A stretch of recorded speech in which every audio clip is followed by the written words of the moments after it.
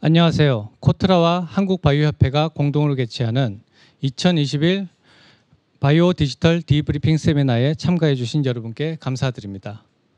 저는 오늘 세미나의 사회를 맡은 코트라 의료서비스팀 전승열 차장입니다. 시작에 앞서 방역수칙 안내 말씀드립니다. 실시간으로 진행되는 이번 세미나는 연사진을 제외한 전원 마스크 착용 등 방역수칙을 준수하여 진행하고 있습니다. 이 세미나는 현재 실시간으로 진행 중이며 코트라와 한국바이오협회의 유튜브 채널로 생중계되고 있습니다. 오늘은 지난 6월에 개최된 세계 최대 규모의 바이오 컨벤션 행사인 바이오 디지털의 컨퍼런스를 주제로 각계 전문가분들이 제약 바이오 산업의 글로벌 트렌드와 주요 이슈를 전달해 드립니다.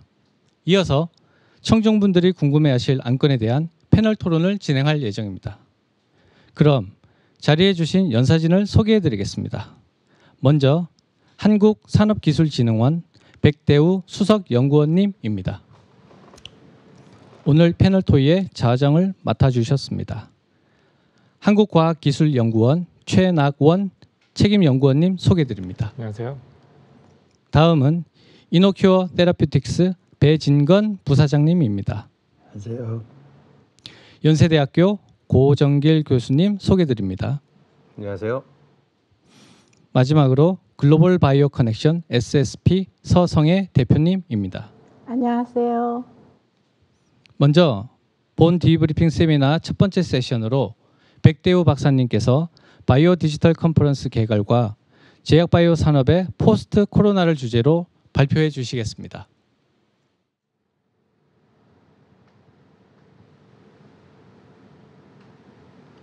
네, 반갑습니다. 방금 소개받은 한국산업기술진흥원 백대우 수석입니다. 제가 오늘 이 세미나에 좌장과 기조 설명을 해드리게 되는데요. 일단은 바이오 디지털 행사가 무엇인지 아마 여러분들 많이 궁금해하실 수 있을 것 같습니다. 그래서 그 행사의 개요를 좀 설명을 드리고 그 행사에서 주로 어떤 이야기들이 나왔고 우리가 무엇을 짚었으면 좋을지에 대한 내용들을 주로 담아서 제가 한 19분 정도 설명을 드리도록 하겠습니다.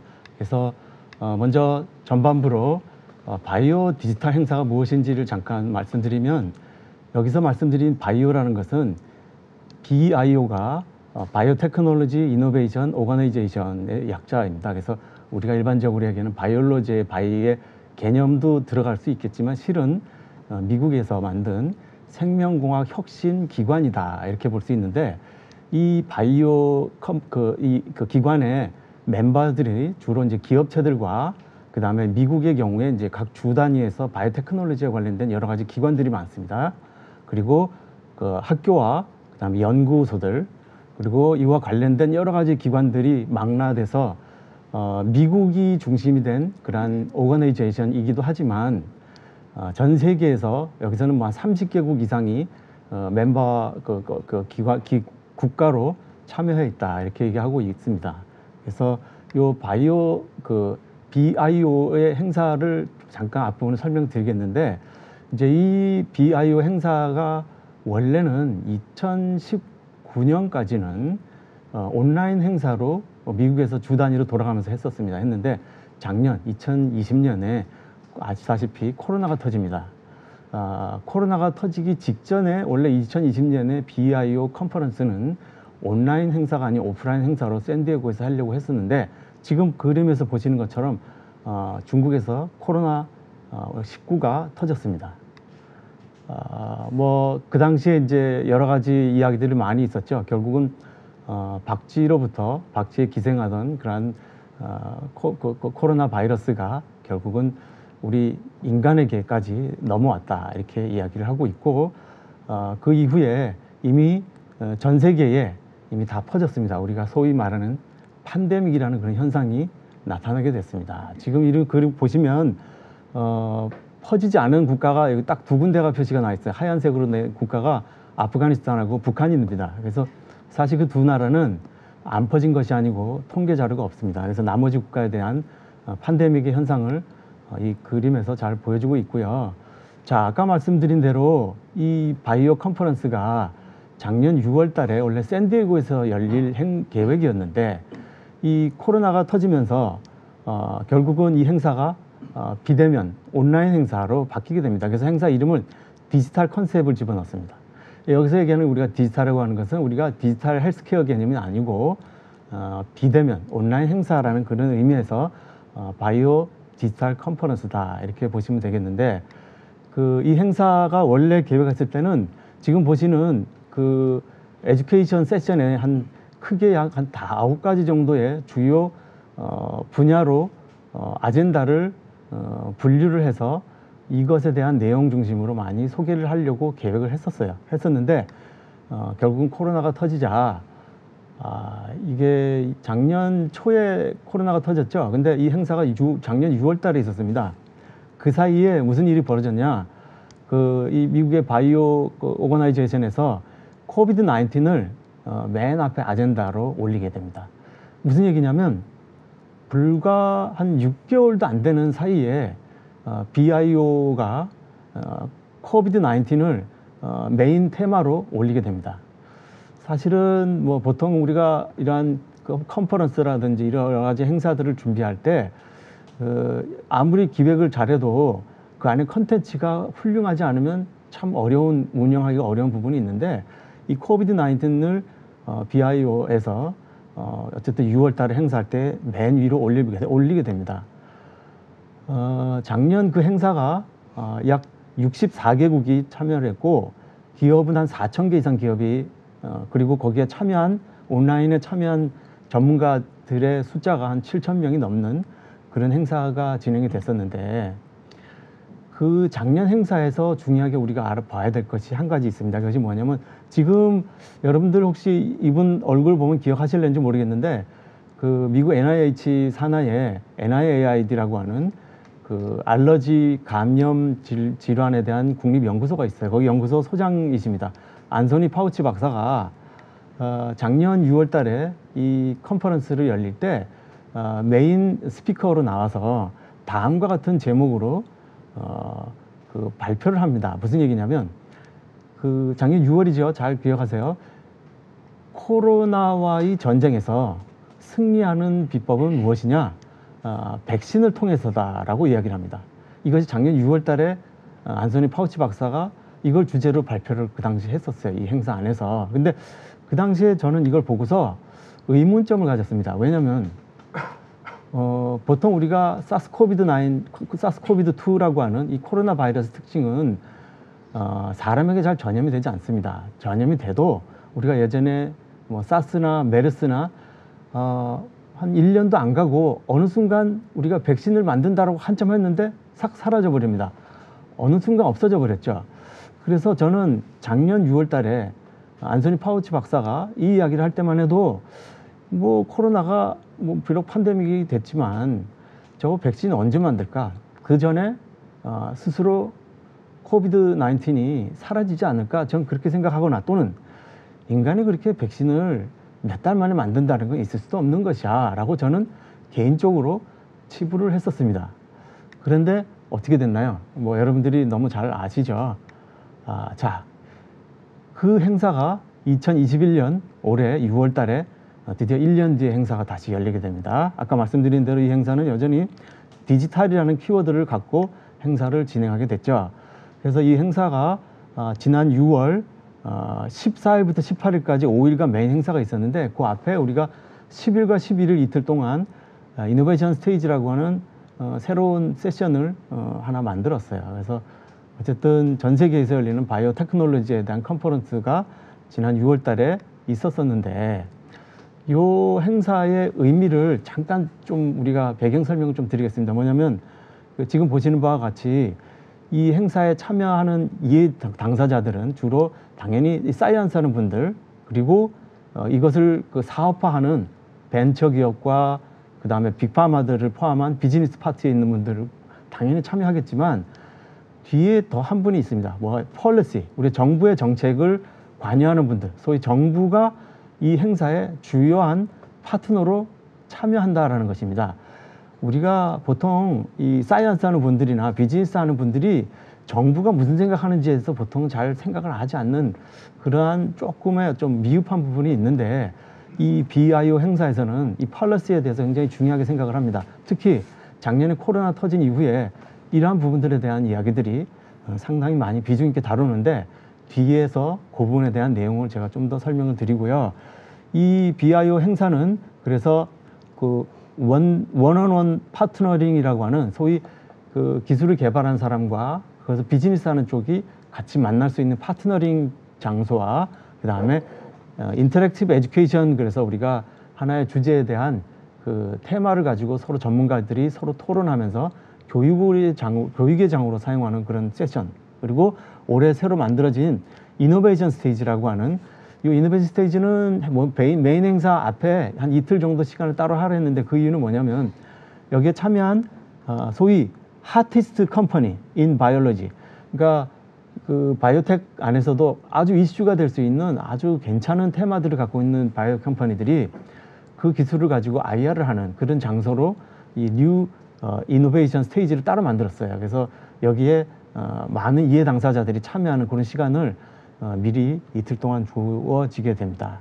그래서 이제 이런 행사들이 올해 열리게 됐고, 여기서 말씀드린 대로 파트너링과, 그리고 이건 이제 물론 이제 우리가 버추얼리 가상의 어떤 사이트 공간을 통해서 이렇게 파트너링 행사가 진행이 됐고, 여기에 교육의 프로그램과 그다음에 이노베이션 스테이지가 이렇게 진행이 됐었습니다.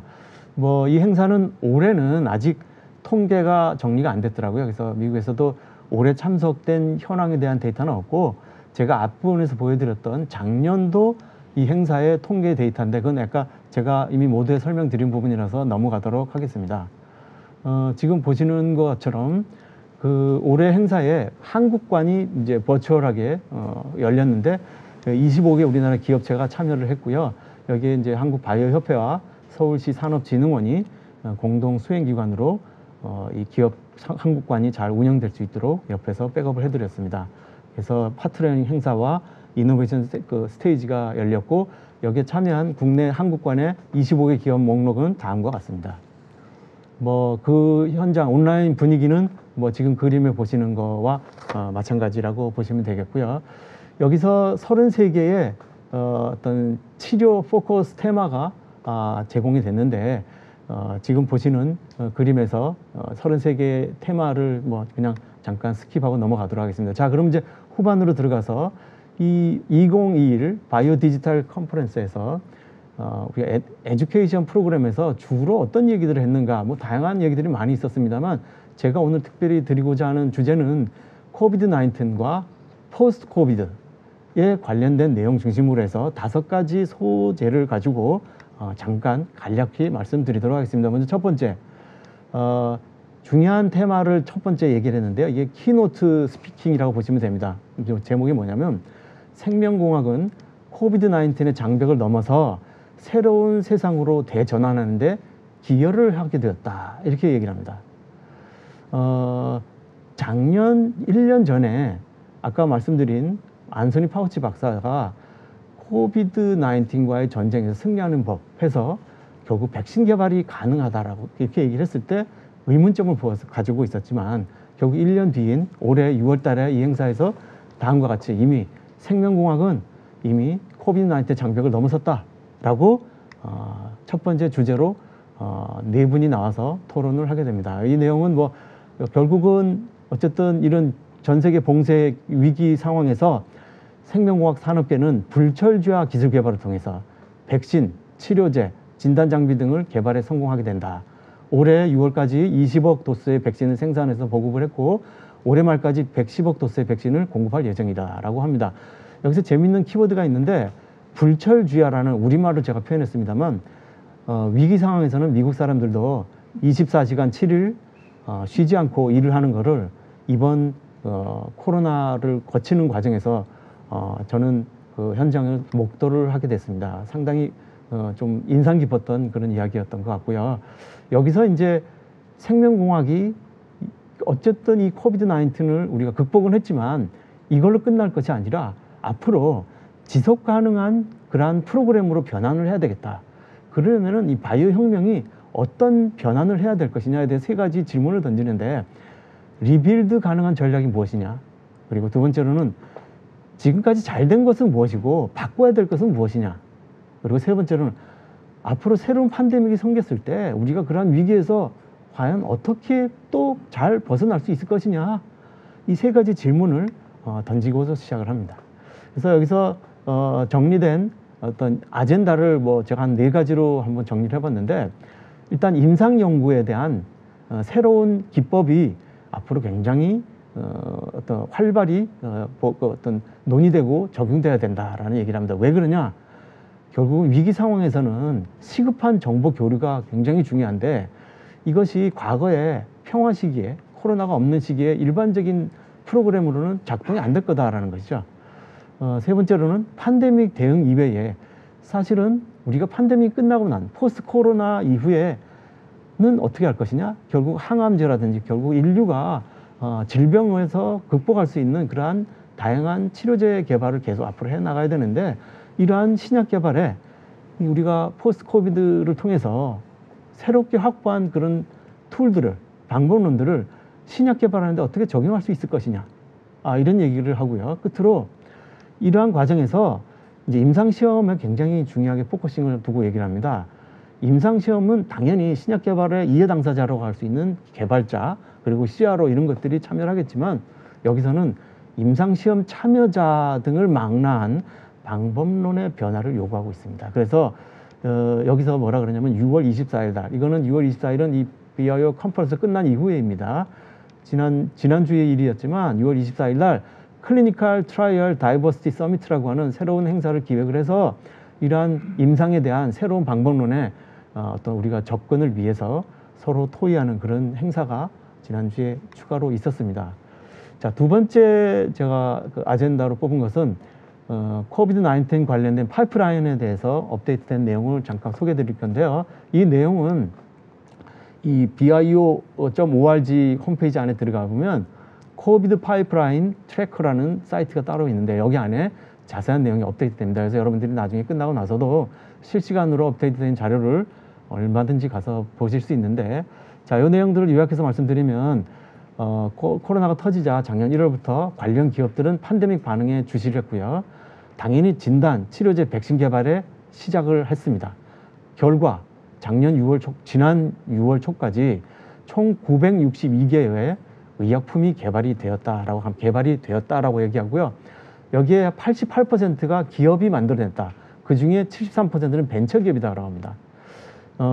여기 벤처기업이 73%라 가지는 의미가 굉장히 중요한데, 결국은 이러한 위기 상황에서 문제를 풀어나갈 수 있는 그 원천 포인트 스타트업은 결국 벤처기업으로부터 시작된다라는 것에 대한 의미를 우리가 좀 이해할 수가 있을 것 같고요. 그 이외에 백신이 한 250개로 4분의 1 정도, 항바이러스가 역시 한 278개로 29%, 치료제가 434개로 45%인데, 특이한 것은 치료제의 경우에 대부분이 리퍼포싱입니다. 결국은 시간이 없다 보니까 기존에 있던 다른 용도의 치료제들을 코로나 쪽으로 한번 용도를 전환하려고 그러한 개발들이 대부분 일어났고, 결과를 봤더니 962개 중에 실패가 105개, 그리고 나머지 832개 중에 전임상이 현재 448개, 임상이 384개가 진행 중에 있습니다. 허가된 걸 봤더니 미국에서 9개가 그리고 기타 국가에서 15개 등 총 24개가 어쨌든 허가를 받았는데, 항바이러스 제제 쪽에서는 여러분들 잘 아시는 길리아드의 렘데시비르라고 하는 RNA 폴리머레이즈 이니비터가 허가를 받았죠. 그 이외에 리제네론이 있는데, 이거는 긴급 사용 승인을 받았지만 이따 배진건 부사장님도 말씀해 주실 텐데, 리제네론이 별로 사용되지 않습니다. 밑에 보시면 플라즈마 안티바디라고 소위 그 혈청 항체를 사용하는 경우로 일단 허가를 받았지만, 이 역시도 거의 사용되지 못했습니다. 그다음에 이제 치료제 쪽에 있어서 현재는 그 일라이 릴리와 인사이트가 공동 개발한 야누스 카이네이즈 이니비터가 현재 긴급 그 사용을 승인받은 상황으로 있습니다. 그리고 끝으로 백신의 경우 임상 연구를 했는데, 백신의 경우에는 우리가 이미 잘 아시는 파이자와 바이오엔텍, 그리고 모데나, 그리고 얀센이 미국에서 허가를 받았고요. 나머지는 미국 이외의 국가들에서 허가를 받았습니다. 우리 예를 들면 아스트라제네카 등등이 이미 허가를 받았습니다만, 자, 여기서 보면 우리가 백신의 경우에 특이하게도 신약이 대부분 97%로 백신은 처음부터 다시 시작하는 그런 프로그램인데 불구하고 이미 우리가 메신저 RNA 중심의 혹은 아데노바이러스 중심의 우리가 백신들이 개발이 허가가 되었다라고 말씀드릴 수 있겠고, 거기에 대한 구체적인 데이터들은 뭐 제가 자세한 내용은 설명 못 드리겠습니다. 그 이후에 세 번째 질문으로 우리가 팬데믹 이후에 지속 가능한 사업 모델 방안 구축, 우리가 여기서 이 사람들이 굉장히 중요하게 여기는 것은 PPP 프로그램을 굉장히 소중하게 여깁니다. PPP가 뭐냐면 Public Private Partnership이라는 얘기인데, 공공과 민간이 위기 상황에서 파트너십을 갖고 문제를 해결하는 것, 이것이 미국에서는 굉장히 중요하게 얘기를 합니다. 이번에 코비드-19을 해결하는 과정도 바로 이 PPP에 의해서 성공하게 됐다라고 얘기를 하고 있습니다. 자세한 거는 시간 관계상 좀 넘어가고요. 그래서 이 PPP의 중요한 역할을 누가 했냐면 바르다, BARDA라고 하는 미국립 바이오의학 첨단 연구소가 있습니다. 그래서 여기서는 원래 위기 상황에서 이 문제를 풀기 위한 하나의 우리나라 지금 보건복지부 산하 기관이기도 한데, 여기서 이러한 팬데믹이나 코로나19에 대한 위기 상황을 풀어나가는데 정부와 민간을 아우르는 그런 네트워크 역할을 바르다 중심으로 해서 문제를 풀어나가게 되고, 여러분 잘 아시는 모데나 등의 실제 임상 연구에 실질적인 역할을 지원해주게 됩니다. 그래서 바르다를 통해서 여러 가지 성과물들이 성공 사례들로 많이 나타나게 됩니다. 그리고 이제 세 번째로는 우리가 과연 팬데믹 이후에 지속 가능한 비즈니스 모델이 무엇인가? 이것에 대한 화두로 이제 앞부분에 서론을 얘기한 것은 워프 스피드로 개발을 추진한 것이 성공하게 된 배경이다. 여기에 두 번째로 정부가 과감히 투자한 것도 성공 배경이다. 그리고 정부와 민간이 정보를 투명하게 공개하고 그것을 공유하는 과정에서 정직한 소통 과정, 이 세 가지가 코로나를 극복하는데 성공 요인 중에 하나였다, 이렇게 얘기를 하고 있습니다. 여기서 결국 사이언스, 과학이 우리 인류를 구원했다, 사이언스 세이브 더 데이라는 그런 표현을 쓸 정도로 이쪽에 바이오 테크놀로지 하는 분들은 굉장히 자부심을 가지고 이런 얘기들을 하고요. 여기서 우리가 워프 스피드에 대한 얘기를 짚지 않을 수가 없는데, 짚고 넘어가지 않을 수가 없는데, 뭐 자세한 것은 제가 다 말씀 못 드리겠지만, 중요한 건 이 워프 스피드도 아까 말씀드렸던 퍼블릭 프라이빗 파트너십의 일환이었다. 그리고 미국 정부가 이 워프 스피드, 빛의 속도로 백신을 개발하는데 결정적인 지원을 해줬다. 이런 이야기들이고요. 여기에 실제로 수혜받은 기업이 얀센, 그리고 모데나, 그리고 뭐 아스트라제네카, 이런 것들이 있는데, 결국 이 워프 스피드를 통해서 성공한 케이스는 모데나와 얀센, 이 두 가지가 실제로 성공을 했고요. 여기에 우리 돈으로 뭐 1, 2조 이상의 돈이 미국 정부가 지원을 해주게 됩니다. 네 번째 아젠다로는 임상시험 설계에 대해서 미래 변화하려면 뭘 해야 되느냐, 분권화된 임상시험이 굉장히 중요하다, 이런 얘기를 합니다. 뭐냐면 Decentralized Trial. 일반적으로 위기 상황에서는 Centralized, 중앙 집중화된 프로그램은 작동되지 못할 위험성이 크다라고 얘기를 합니다. 그래서 분권화된, 분산된 그런 형태의 임상시험이 굉장히 중요하다. 그리고 그 안에는 혁신적인 방법론, 그리고 우리가 4차 산업혁명의 결과물이라고 할 수 있는 디지털 기술 등을 활용을 해서 이러한 임상시험을 좀 근원적으로 이제 좀 뭔가 전환을 시켜야 되겠다, 이렇게 얘기를 하고요. 끝으로 팬데믹에 대응해서 생물의약품 제조 혁신 프로그램이 우리가 필요하다라고 얘기를 하는데, 이 배경에 무슨 얘기가 나오냐면, 우리가 코로나 초기에 터지자마자 보건의료 장비, PPE뿐만 아니라 우리 백신이나 여러 가지를 만들려고 하다 보니까 원자재 수급이 불균형이 발생합니다. 소위 쇼티지가 여기에서도 발생을 했어요. 그래서 제대로 된 개발을 하는데 굉장한 장애를 발생을 시켰습니다. 그래서 여기서도 똑같이 디센트럴라이즈드 매니팩처링 시스템의 필요성을 언급을 하게 됩니다. 그리고 그걸 하기 위해서 역시 기술, 진보, 자동화, 이런 것들이 필요하다, 이렇게 얘기를 합니다. 그렇게 해서 결국은 바이오 의약품이 앞으로 새로운 코비드-19에 작동되기 위해서는 로봇을 포함한 자동화 시스템이 도입이 돼야 되고, 소위 산업혁명의 기술들을 다 활용을 해서 하되, 결국 궁극적으로는 PPP 상호협력 프로그램이 그 안에 항상 밀파탕에 깔려 있어야 된다. 그렇게 이야기를 합니다. 여기서 재미있는 마지막 멘토를 드린다면 정부는 항상 문제가 어디 있는지를 이해할 필요를 갖고 있다. 이렇게 여기서 얘기를 하고 있고요. 왜냐하면 정부는 항상 문제에 대해서 풀고자 하는 그런 것에서 굉장히 좋아하는 그런 입장이다. 이렇게 얘기를 하고 있습니다. 뭐 제가 좀 이런저런 얘기를 하다 보니까 이야기가 조금 길어진 것 같습니다. 그러면 두 번째 그 연사로 우리가 그 한국과학기술연구원의 최낙원 책임연구원님을 통해서 진단기술의 발전과 변화라는 제목으로 설명을 듣도록 하겠습니다.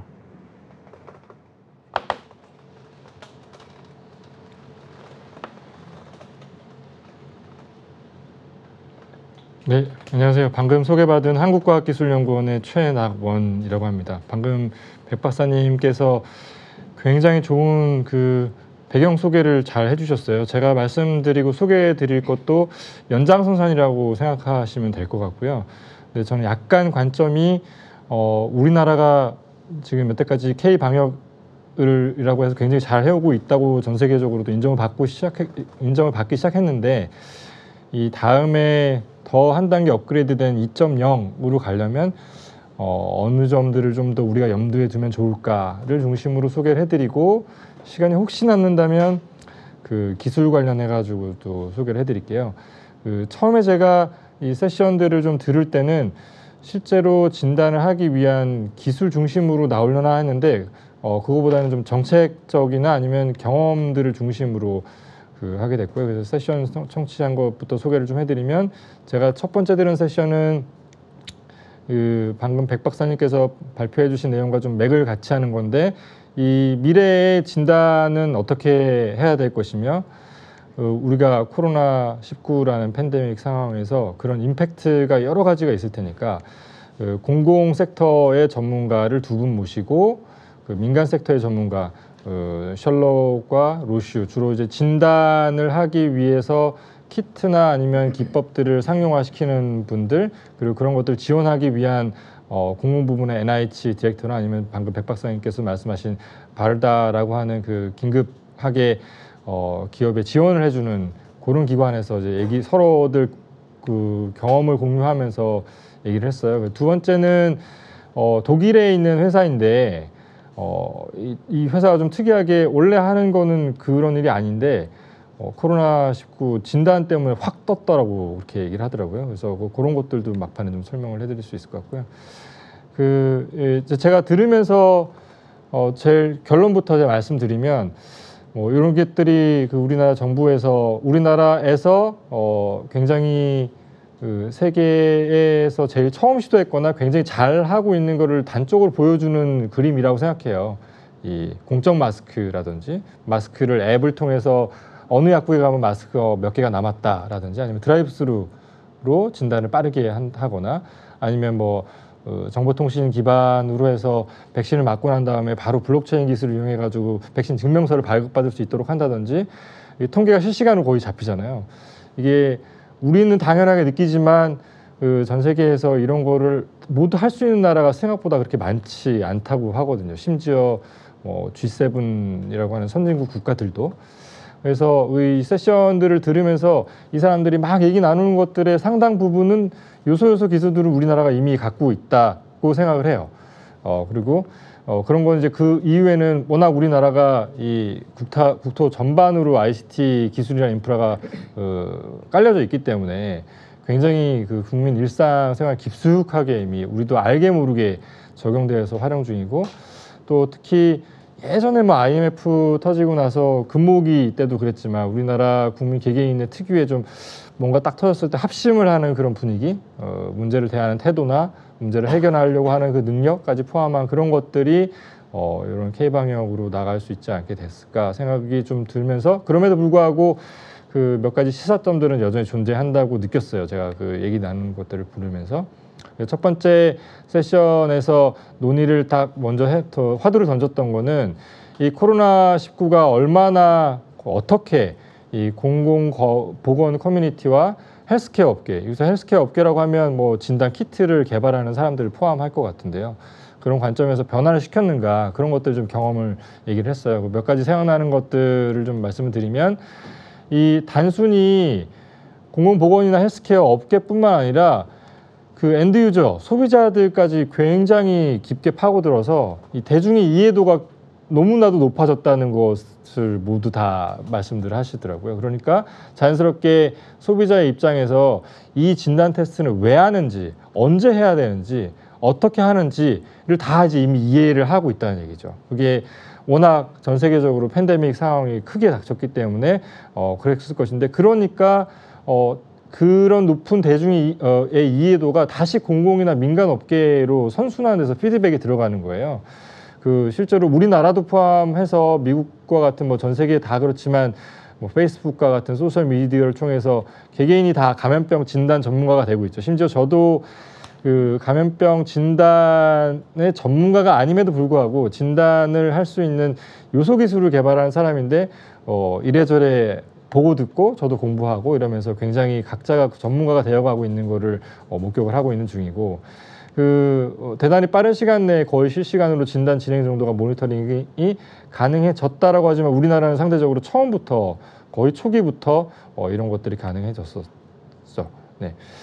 그래서 그 대중의 지식과 인식이 높아지고 있는 거가 분명히 좋은데, 이게 제일 중요한 건 과학적 데이터를 근반으로 해야 됨에도 불구하고 어떤 것이 옳은 정보인지를 제대로 획득하는가가 역시나 또 대중의 이해도와 인식에 다시 영향을 미치기 때문에 이 과학 데이터에 대한 이해도는 상대적으로 좀 떨어진다라고 그 미국 쪽에 계신 공공섹터와 민간섹터에서도 그렇게 얘기를 하더라고요. 근데 우리나라도 보면은 매일 정부에서 질병청에서 브리핑을 하잖아요. 보건복지부랑 그 대책위원회에서도. 근데 때로는 언론에서 뭐 백신 관련이나 아니면은 진단 관련해서 과장 보도를 한다거나 오보를 나타내거나 이제 그런 것들이 영향을 크고 작게 미치고 있다고 생각을 합니다. 그래서 이런 것도 굉장히 중요할 것 같고요. 앞으로 이제 우리가 늘 눈 뜨고 제대로 이해하기 위해서 노력을 하면 좋겠다라는 점. 그리고 이 코로나19도 그렇지만 여러 종류의 진단법들이 있을 수 있어요. 지금도 계속 그 혁신적인 기술이 개발되고 있는 중인데, 그 위양성이나 이음성이 있을 수밖에 없어요. 그 태생적으로 100%를 다 골라내는 건 어렵기 때문에, 대신 양성인데 음성으로 나타나거나 음성인데 양성으로 나타나는 것들을 줄이려고들 노력을 하고 있죠. 기술적으로도 그렇고 뭐 여러 가지를. 근데 꼭 위양성이 있다 없다가 그 진단 테스트 자체가 실패했다는 뜻이 아니라는 걸 굉장히 강조를 하더라고요, 이 세션에서. 뭐 무증상 감염자도 당연히 그런 결과가 나올 테지만 이 상대적으로 정확도가 떨어지는 걸로 알려진 뭐 예를 들어 항원항체 검사가 있을 텐데, 지금 우리가 다 PCR로 확진 검사를 하고 있지만 그런 것들을 포함해서 어떤 테스트가 좋은가는 그 상황에 따라 가치 판단을 하고, 이게 절대적으로 실패할 수밖에 없는 거니까 갖다 버려 뭐 그렇게는 이제 얘기를 하지 말았으면 좋겠다 앞으로도. 이제 그런 얘기들을 많이 하고 저도 거기에 공감을 했습니다. 그리고 또 이런 것도 얘기를 했는데요. 이게 사실 이 논의를 했던 거에 가장 끝판왕이라고 생각을 하더라고요. 저도 일부 동의하고 있는데, 이 미국에서 테네시주 같은 경우에 테스트베드를 만들어 가지고 홈 테스팅을 할 수 있는지, 이제 이런 걸로 어떻게 혼자 검사도 하고 결과를 보고 이 결과에 따라서 병원을 바로 가야 되나, 입원을 해야 되나, 아니면은 밖에 나감으로써 다른 사람들한테 전파할 수 있는 확률을 낮추면서 자가격리를 그냥 할 수 있다든지, 이제 이런 거를 할 수 있는 디지털 헬스케어 플랫폼 혹은 시스템을 작은 미국 전체 국토해부에 비교하면 좀 작지만 큰 이 테네시주에서 테스트를 해보고 있어요. 근데 있다고 하더라고요. 근데 우리나라 같은 경우는 워낙 이 국토 전반의 ICT 환경이 잘 조성되어 있기 때문에 이런 것들은 이미 우리가 파일럿 프로그램을 당장 시작해도, 혹은 이미 시작했을 수도 있다고 저는 생각합니다. 있으니까 이런 것도 지속적으로 지원하면 참 좋겠다 이런 생각을 했고, 거기 세션에 참여한 거의 대부분의 분들이 앞으로의 게임 체인저는 별도의 전원이 필요 없이 손에 쥐고 다닐 수 있으면서 마치 휴대폰처럼 거기서 분자 진단 기기로 쓸 수 있는 그런 것들이 또 닥칠 수 있는 그런 팬데믹 환경에서 굉장히 그 혁신적으로 상황을 변화시킬 거라고 얘기를 한다고 하더라고요. 아까도 잠깐 말씀드렸지만 사용자의 의지에 따라서 언제든지 검사를 함으로써 타인으로의 전파 확률을 낮춘다면 뭐 파우치 박사님이 이제 백신이 이길 수 있는 방법이다라고 강력하게 말씀하셨지만 그 백신 이전에는 어쨌든 간에 전파를 줄이는 게 가장 일차적인 거라고 생각되기 때문에 그런 얘기들을 나눴습니다. 그 두 번째 논의한 거는 이제 2020년 작년 초반기를 좀 뒤돌아 봤어요, 이 사람들이. 그래서 봤을 때 뭐 진짜 어려웠던 점은 뭐냐, 그 공공 섹터에서나 아니면 민간 섹터에서 어려웠던 점이 뭐냐, 뭐 기술적으로나 아니면 규제 승인, 규제 승인 관련해서는 백 박사님도 펀딩까지 커버를 좀 해주셨기 때문에 제가 아마 빠르게 넘어갈 수 있을 것 같은데요. 이 로슈 같은 사기업 입장에서 봤을 때는 역시나 가장 큰 허들은 정부의 규제 승인 절차라고 해요. 이 앞 세션에서 백 박사님께서 백신 만드는데 이거 10년 15년 걸릴 텐데 무슨 뭐 이미 그 정도면 코로나19가 끝난 거 아니야? 끝날 거 아니야? 이제 이렇게 생각하셨다는 게 당연하게 받아들였던 거예요. 그 또 다른 예가 미국 의사협회에서 의료행위 CPT라는 코드를 받는데 이 코드를 받는데 2년 정도 걸린대요. 그러니까 뭔가 진단을 하고 처방을 내려면 이 코드가 필요한데 코드 받는데 2년 걸리면 이미 뭐 토착화 됐거나 없어지거나 할 텐데 이게 워낙 빠르게 팬데믹 상황을 가니까 정부와 민간이 함께 빠르게 대응해서 거의 한 3, 4주 만에 CPT 코드도 만들고 이에 따라서 진단 테스트가 바로 현장에 도입 가능해졌다고 하더라고요. 그래서 이런 것들이 그 인상적이었고요, 저도.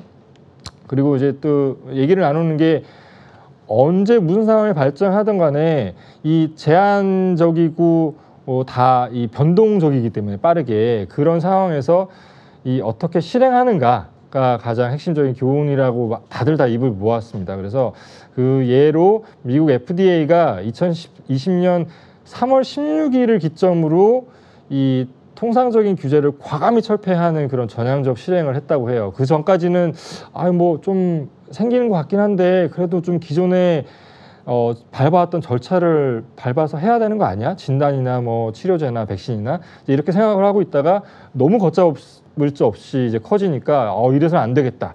그래서 이제 FDA도 완전히 야 니들 다 할 수 있는 거 다 갖고 와봐. 옵션 다 열어줄게. 일단 이제 그렇게 된 거죠. 그래서 이 3월 16일이 굉장히 자기네들 입장에서는 그 미국 국가적으로 봐서는 큰 기점이었다고 하더라고요.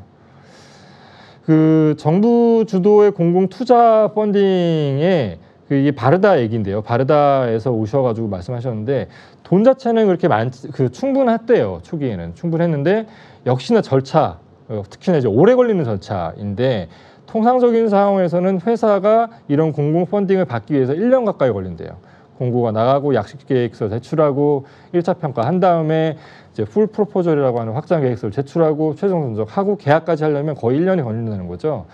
이제 그래서 뭐 1년에 한 서너 번, 많아봤자 서너 번밖에 펀딩을 할 수 없는데 뭐 75만 달러보다 상대적으로 작은 규모의 펀딩을 혁신적인 기술을 보유하고 있거나 아니면 이제 창업을 한 업체 혹은 창업하려고 하는 업체에게 빠르게 많이 막 지원을 했다는 거예요. 뭐가 성공할지 모르니까 그래서 최종 계약까지 한 달이 채 걸리지 않도록 절차를 간소화해서 테스트를 했다고 하고 이게 결국은 꽤 성공 모델이라고 생각하기 때문에 이 팬데믹 이후에도 일반적인 통상적인 절차에도 적용시키기 위해서 지금 실무적으로 논의를 이미 시작했다고 하더라고요. 이런 것도 꼭 우리나라에서는 필요하다고 생각이 들었습니다. 역시 국회에 를 빠질 수가 없다고 얘기를 하더라고요. 이거는 이제 NIH 디렉터가 하신 말씀인데 이 모든 게 진행이 되려면 누군가는 꽝꽝꽝 해가지고 야, 이 돈 써 빨리 이렇게 승인을 해줘야 되는데 이거 결국은 다 국민 세금으로 하는 일이기 때문이에요. 그래서 그런 게 빠르게 이제 예산 승인을 해줘가지고 이 진단업계 전체 뭐 지금 현재 한 900명 정도가 함께 관여하는 Rapid Acceleration of Diagnostic RADX라고 하던데 이런 그 이니셔티브 프로그램을 아예 정부 차원에서 만들었더라고요. 이제 여기에는 그 과학자들, 진단업계 뭐 이런 사람들 다 관여해가지고 그 규제 가이드라인이나 전임상, 임상 검증, 심지어 마케팅 지원까지 커버를 할 수 있도록 프로그램을 짰다고 해요. 그래서 이렇게 프로그램을 짰기 때문에 혁신적인 기술을 갖고 있는 작은 규모의 업체들 굉장히 많이 찾을 수 있다고 하고요. 그 제가 더 인상적이었던 건 역시나 이거를 교훈으로 삼아서 아예 이제 그냥 반짝 생겼다 없어지는 게 아니고 고정 부서로 승격을 논의 중이고, 심지어는 그 팬데믹과 같은 감염병 진단뿐만 아니고 일반적인, 아까 백 박사님께서는 이제 암 쪽으로도 말씀하셨는데 뭐 신경치료와 같은 타 분야 기술 개발이나 지원에도 이런 프로그램을 적용시키려고 지금 준비를 중이라고 말씀을 했어요. 네, 제가 뭐 시간이 그렇게 많지 않아 가지고 짧게 두 번째 파트는 소개를 해드릴 텐데, 이 센토진이라고 하는 게 독일 북부에 있는 회사라고 해요. 근데 이 회사는 특이하게 굉장히 여러 나라들에서 바이오 샘플, 이제 말린 피의 그 혈액 샘플을 혈액에 묻은 건조된 종이, 이제 필터 카드라고 부르는데, 이런 것들을 굉장히 많이 보관하고 있고, 이제 이런 것들을 유전자 테스트를 통해서 뭐 국가별로, 인종별로 어떤 희귀적인 질환이 있는지들을 좀 테스트를 하고 의학적인 부속 서비스까지 하는, 원래 그런 거를 주력을 하는 회사인데, 여러 나라들이랑 협업을 하면서 하려고 하니까 당연히 이제 디지털 플랫폼까지 커뮤니케이션, 뭐 데이터를 올리고 내려받고 또 화상 회의 같은 걸 통해서 비대면으로 서로 이런 결과는 이러니까 그쪽의 의사나 의료 체계 시스템에서는 이렇게 하세요라고 조언을 해준다든지, 이런 그 온라인으로 되어 있는 디지털 플랫폼까지 같이 하고 있는 게 가장 주력 상품이라고 하는데, 이 사람들이 코로나19가 터지고 나서 유럽 내에 엄청난 인지도를 쌓아가고 있는데, 이제 왜냐하면 이 사람들이 인구 유동이 많을 수밖에 없는 공항에다가 그 검사 센터를 마련해가지고, 특별한 기술은 아니라고 해요. 검사법 자체는 PCR을 기반으로 한다고 했고, 공항에다가 센터를 만들어서 하다 보니까, 워낙 이제 유럽은 국가 여러 나라들이 이제 인접해 있고 많은 사람들이 공항을 통해서 왔다 갔다 하니까 이러면서 이제 유럽에서 확 뜬 거죠. 근데 그러고 나서 이제 다시 우리나라는 어떻지라고 생각해 보니, 우리나라는 이미 공항에서 비슷하거나 제 생각에는 더 개인적으로는 더 우수한 수준에서 방역 프로토콜이 체계화되어 있다고 생각을 하거든요. 네, 그래서 뭐 저는 뭐 여기까지 시간이 없으니까 말씀드려야 될 것 같고요. 네, 뭐 특히나 들어오면 검사한 다음에 집까지 어떻게 가는지도 다 하고, 그 자리에서 핸드폰에서 앱을 깔고 트랙을 할 수 있도록 한다든지, 이제 이런 것들이 굉장히 우수하다고 생각해서, 이제 이런 시사점들을 갖고 가면 우리나라가 더 2.0으로 한 단계 더 다른 나라들보다 더 먼저 빨리 갈 수 있지 않을까, 그렇게 생각이 듭니다. 네, 감사합니다.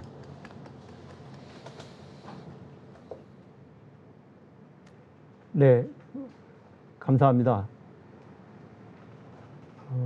다음은 우리가 조금 전에 이제 진단 기술에 관련된 내용을 설명을 드렸는데, 세 번째 연사로 이노큐어 세라피틱스의 배진근 부사장님께서 백신과 치료제의 개발 트렌드와 현황에 대한 제목으로 설명을 해주시도록 하겠습니다. 예, 안녕하세요. 배진건입니다. 저는 이 백신 및 치료제의 개발 트렌드와 현황을 숙제를 받고 난 다음에 들었을 때, 처음에 제가 역사부터 보았는데요. 제가 역사는 알고 있다. 정은경 청장과 파우치 박사의 깊은 고민을, 그런 제목으로 제가 칼럼을 쓴 적이 있는데, 사실 우한에서 2019년 말 발생한 이 중증 급성 호흡기 증후군은 정말 인간의 호흡기를 침범하면서 발생하는 질환이기 때문에, 제가 깜짝 놀란 거는 20년 2월 24일에 하버드의 마크 립시치 교수가 전 세계 인류 중 뭐 40 내지 70%가 코로나19에 감염될 것이라는 전망을 내놨을 때, 정말 상상하기 어려운 숫자였는데, 지금 현재 2억 명이 감염된 것으로 파악이 됩니다. 근데 사실 이게 100년 전에도 1차 세계대전이 한창이던 1918년 전 세계에서 5천만 명의 목숨을 앗아간 것으로 추정되는 그 스페인 독감 바이러스를 2005년에 과학자들이 알래스카에서 재생해 보니까 전염성이 강한 H5N1으로 확인됐거든요. 그렇기 때문에 사실 3.1운동과 스페인 독감이 굉장히 깊은 연관이 있다를 먼저 말씀드리고 싶습니다.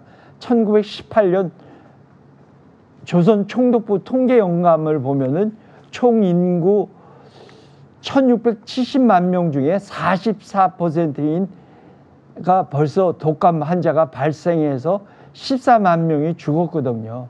그러니까 호흡기 질환은 언제나 어떻게 새로운 바이러스가 시작되고 확산됐는지의 추적이 매우 중요합니다. 이게 바로 단순한 사이언스인데 중국 당국이 최소한 발생을 인지한 뒤 한 달 이상 쉬쉬하였다는 것, 또 그 암묵의 시간에 시작인 1월 24일 금요일부터 30일 목요일까지 춘절이 끼었다는 것도 이 바이러스 확산 도구인 억대 사람들이 이동하여서 정말 이 바이러스가 서로 전파하기 알맞은 묘한 타이밍이었던 것 같습니다.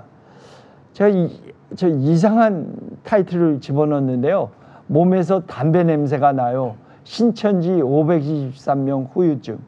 아마 환자의 10%는 롱 코비드를 경험했기 때문에 그것이 앞으로의 문제이고요. 제가 나중에 조금 더 말씀드리겠습니다. 어떤 사람이 제일 이 우한에서 제일 먼저 왔느냐? 참 그게 타이밍이 너무 재밌는 것 같아요. 정은경 그 당시 본부장이 작년 3월 2일 날 우한에서 들어오신 그 한 분이 계셨는데 1월 8일 날 입국했고, 왜 그가 1월 8일 날 입국했을까?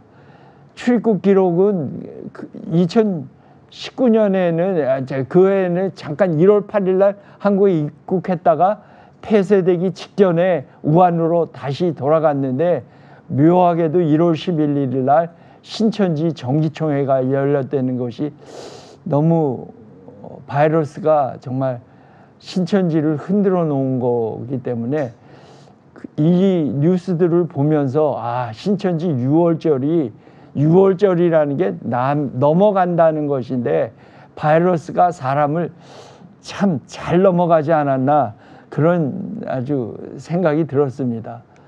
하여튼 제가 제일 처음 들은 세미나가 이 세계 1등 제약회사인 파이저 CEO 닥터 보룰라인데요. 이분이 DBM, 그러니까 DBM이랑 PhD 학위를 가진 과학자 출신이었다는데 굉장히 놀랬고요. 그래서 계속 세션을 들으면서 제가 이런 제목이 생각이 났습니다. 투명, 계속 말한 게 트랜스페어런스가 계속 제 귀에 들렸는데, 투명은 신뢰, 트러스트를 낳고 밀착 협력, 콜래보레이션으로 이어져 서로의 목표가 달성된다. 제가 받은 교훈을 이 한마디로 정리가 할 수 있는데, 정말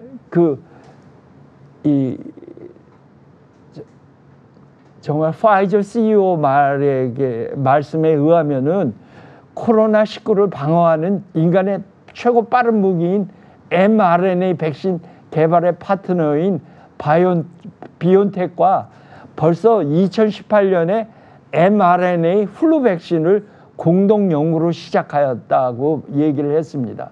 그런데 커머셜 패키지, mRNA 코로나 백신에 대한 커머셜 패키지는 올해 1월에야 양자가 사인하였다고 합니다. 그것도 뭐냐면 결국은 이 투명과 신뢰가 바탕으로 하지 않았나, 그 이유입니다. 그래서 밀착 협력은 파트너십, 정말 파트너십은 회사와 회사 관계가 아니라, 아까 우리 박사님이 말씀하신 대로 퍼블릭 섹터와도 매우 중요하다고 하였습니다. 닥터 보울러 얘기에 의하면은 규제 당국인 FDA와도 서로 밤낮이 없었다고 합니다. 아까 불철주야라고 말씀하셨는데 새벽 3시에 이메일을 회사에서 보내면은 아침 7시에 답이 돌아왔다고 합니다. 참 미국 사람들이 이렇게 부지런히 일하면 참 걱정이 심한데요. 왜냐하면 코로나 팬데믹이라는 그 앞에서 막중한 책임, 모뉴멘탈 오블리게이션이 서로 있었기 때문에 이렇게 자발적인 게 투명은 신뢰를 낳고 밀착 협력으로 이어져 간 것이 아닌가. 근데 뭐 사실 투명과 신뢰는 과학 데이터에서부터 시작되었습니다. 중국에서 코로나19 환자에게 먼저 수집하여서 유전체 서열을 2020년 1월 5일 날 NCBI에 공개가 됐고요. 일주일 이후인 1월 12일 날 그 모든 유전 정보가 공개가 됐는데 그 이후 전 세계 과학자들이 자국의 코로나19 환자로부터 바이러스 유전 정보를 공개해서 백신 개발에 유용하게 사용이 되었습니다. 그럼 최단 기간 11개월 만에 백신이 개발된 이유는 무엇일까? 10년 걸린다는 백신이 어떻게 11개월 만에 나왔을까? 결국은 비온텍과 화이저, 가장 큰 제약사 화이저와 비온텍과 같이 크고 작은 회사의 협력이었습니다. 그러니까 백신 개발 단계마다 산학연 네트워크가 힘을 발휘했고요. 그러니까 크고 작은 제약사, 연구소 간의 밀착 협력이 빠르게 개발된 이유입니다. 뭐 예를 들어서 모더나와 NIH는 작은 회사와 큰 연구소, 영국 옥스퍼드 대학과 글로벌 제약사인 아스트라제네카가 파트너로 협력했습니다. 그러니까 그 다음에 뭐 임상도 초기 독일 비온텍이 mRNA 백신 연구를 진행한 후 파이저와 중국 포슨 제약이 임상을 주관했고요. 그러니까 개발 단계별로 기업과 연구소, CRO 및 CMO가 파트너로 협업을 해서 백신 개발 과정이 속도를 내게 만들었습니다. 뭐 여담으로 뭐 사실 작년 연말에 삼성이 군산에 있는 주사기 제조기업 풍림파마텍을 왜 방문했을까? 결국은 최소 잔여용 주사기가 만들어졌는데 정말 우리의 자랑인 정말 주사기가 만들어져서 한 명이라도 더 맞을 수 있는 그것이 서로의 협력입니다. 밀착감. 그 다음에 이 코비드19 세라피틱 세션에서는 예상대로 코로나19 항체의 중요성에 대해서 아무도 언급을 안 했어요. 대한민국 시장의 기대와는 달리 아무 언급이 없었던 게 좀 아쉽고요. 그 다음에 FDA가 리제너론 코로나19 항체를 피하 주사 방식으로 투약하는 것을 최근에 허가했기 때문에 그 이야기들을 서로 나누고 또 의료 현장에선 사실 리제너론의 항체 치료제가 기대했던 것만큼 사용되지 않았습니다.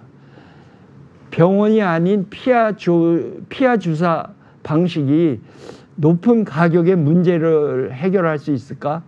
이것이 좀 가격이라는 난관을 항체 치료제가 어떻게 극복하느냐, 그것이 참 문제인데, 재미나는 거는 가난한 나라인 인도에서 코로나19 항체를 미국에서 받은 거를 사용하였더니 80%가 병원 입원을 예방하는 자료가 있다고 합니다. 그래서 뭐 제가 NPR의 그 미국 공영방송에서 뭐 사용이 잘 안 된 것을 얘기를 했는데, 뭐 미국 연방정부가 120만 도주를 구입해서 30만 도주를 미국 각처 병원에 배송했지만 단지 5 내지 20%만 사용됐다고 합니다. 예, 하여튼 지나가고요. 이 세션에 머크의 알파 그레이의 말을 빌리면 코로나 치료제는 데이 1부터 계속 필요하였다고 합니다. 하여튼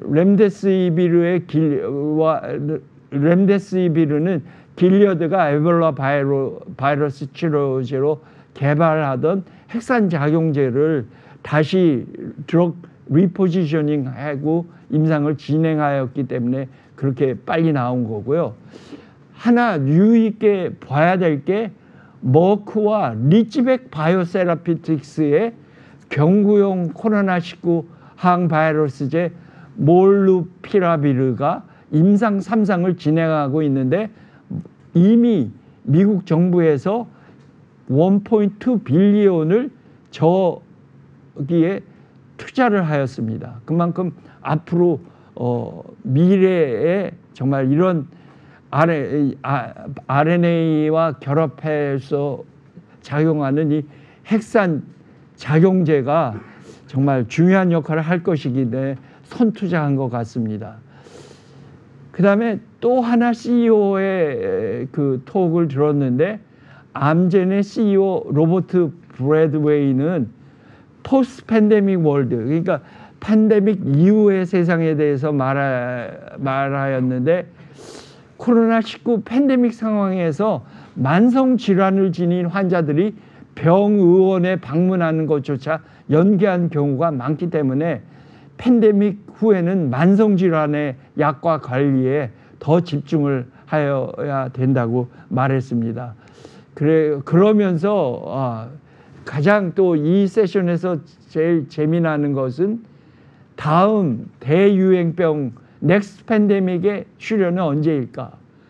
저는 제 개인적으로는 코로나19와 같은 팬데믹이 5년 안에 또 올 것이라고 생각합니다.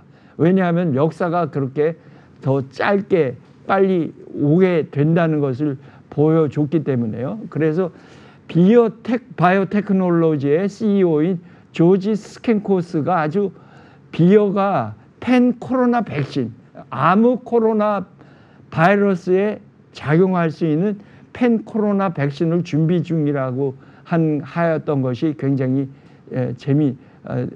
재밌었고요.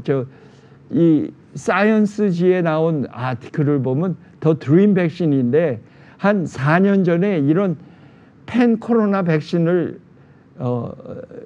만들겠다고 한 보고서, 그 연구 계획서가 나왔을 때 딱지 맞았다고 합니다. 이런 걸 왜 만들어? 그랬는데 지금은 모든 사람들이 드림 백신을 연구 중이고요. 제가 간단하게 하나만 설명드리고 싶으면 첫 번째 돌연변이가 사실 알려진 게 D614G인데 그게 작년 5월 19일 날 온 세상을 지배했습니다. 왜냐하면 D614가 G614로 바뀌었을 때 인펙션이 감염이 빨리 됐기 때문에 그런데요. 사실 제가 저 칼럼을 쓴 건데 제목이 정부가 밝히고 싶지 않는 코로나19 치명률을 제가 정부가 매일 발표하는 자료를 가지고 한번 계산을 해봤습니다. 그러니까 임의로 두 기간을 나눴는데 5월 30일은 그 유명한 이태원 사태가 일어나기, 그러니까 직전까지와 직후로 11월까지로 나눴는데 저기 치명률을 보면 확실히 낮아졌고요. 각 60대 이상, 70대 이상, 80대에서 치명률이 낮아진 게 사실입니다. 사실인데 정말 아까 처음에 말씀드린 대로 코비드가 딜리리움을 이제 가지고 오는데 그 선망이 보통 때는 한 31.8%였던 게 지금은 코로나 이후는 55%로 확 늘어났거든요. 그래서 사실은 스페인 독감 후유증으로 40년 동안 1920년부터 1960년 중반까지 정말 꼼짝없이 수면병에 걸려서 정말 고생한 사람들의 이야기를 그 올리버 섹스 박사가 쓴 깨어남이라는 책이 그 사실을 증명해 주고 있습니다. 그렇기 때문에 하여튼 메신저 RNA 백신 기적을 통하여서 사실 제가 다가올 RNA 월드를 준비한다라는 칼럼을 썼는데 제가 바이오 산책에서 이걸 했는데 앞으로 세계는 정말 mRNA 세상이 됐습니다. mRNA 안정화 기술 연구의 산실은 결국은 지금 비온텍의 카리코 박사와 드루 와이즈만 교수의 기초 연구가 진행된 유펜이고요. 이것이 사실 제일 처음 발간된 논문입니다. 논문인데 이분들 다가 아마 올해 노벨상을 받을 후보인지 모르지만 저기 오른쪽 두 분은 틀림없이 받습니다. 그러나 저는 파우치 박사도 꼭 받아야 된다고 생각하는데 파우치 박사 방에서 포닥을 한 와서만 교수가 유펜에 와서 정말 연구를 그만두려는 카리코를 만났기 때문에 모든 것이 시작됐거든요. 근데 사실 제가 모든 정부도 지금 다시 메신저 RNA에서 정말 관심이 많은데 지금 문제는 1, 2, 3, 4, 5 CDS 이 코딩 시퀀스뿐만 아니라 UTR 시퀀스도 다 문제가 있는 것이 아니라 패턴트에 걸려 있습니다. 걸려 있기 때문에 사실 왜 기초 연구에 정부가 돈을 투자해야 하는가? 왜 기술을 기반으로 하는 바이오텍이 만들어야지 하는가? 왜냐하면은 이미 패턴트 때문에 우리가 뚫고 들어갈 자리가 너무 없다는 게 문제이거든요. 제가 지나가겠습니다. 근데 우리나라에서도 결국 제일 마지막 이 LNP를 만드는 마지막 기술이 라미나 플로우 믹싱인데 인벤테이지 랩이라는 우리나라 회사도 저도 깜짝 놀랐어요. mRNA LNP 제조 연구를 해서 지금 이 LNP 1차 제조 실험을 한 거에 하면은 4가지 리피드와 RNA를 믹싱해 가지고 프로덕트 LNP가 만들어지면 맨 왼쪽처럼 동그랗게 균일하게 만들어지기 때문에 지금 mRNA 백신 같은 것이 나올 수 있다고 생각합니다. 제가 20년 동안 재미한인 제약인협회를 올해 20년 기념을 했는데 오랫동안 제약인협회를 위해서 이 사진을 한 장 보여드리는 게 제가 20년 동안 한 일입니다. 감사합니다.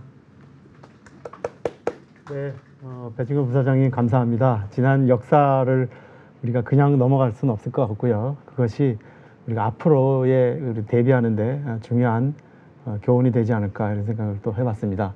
자, 다음은 그 연세대학교 고정길 교수님의 인공지능과 머신러닝이라는 제목으로 발표를 해주시겠습니다.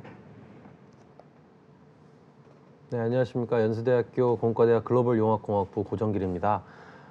오늘 이제 바이오 디지털 디브리핑 세미나를 하면서 지금까지 코비드 관련된 이야기들이 많았는데 저는 조금 스위치 기어를 해서 코비드만큼이나 최근에 이제 기술의 그러니까 이 IT 쪽에서 관심을 많이 받고 있는 그 데이터 애널리틱스 그리고 머신러닝 기술들이 지금 바이오 디지털에서 어떻게 소개되었는지에 대해서 좀 말씀을 드리려고 합니다. 우선 제가 이번 바이오 디지털에서 참여했던 3개의 세션에 대한 정보고요. 일단 첫 번째 2개의 세션을 보시면은 첫 번째는 Digital Reconstruction of Healthcare 해서 메이오 클리닉 플랫폼의 프레지던트를 모시고 이제 같이 대담을 나누는 그런 세션이 하나 있었고요.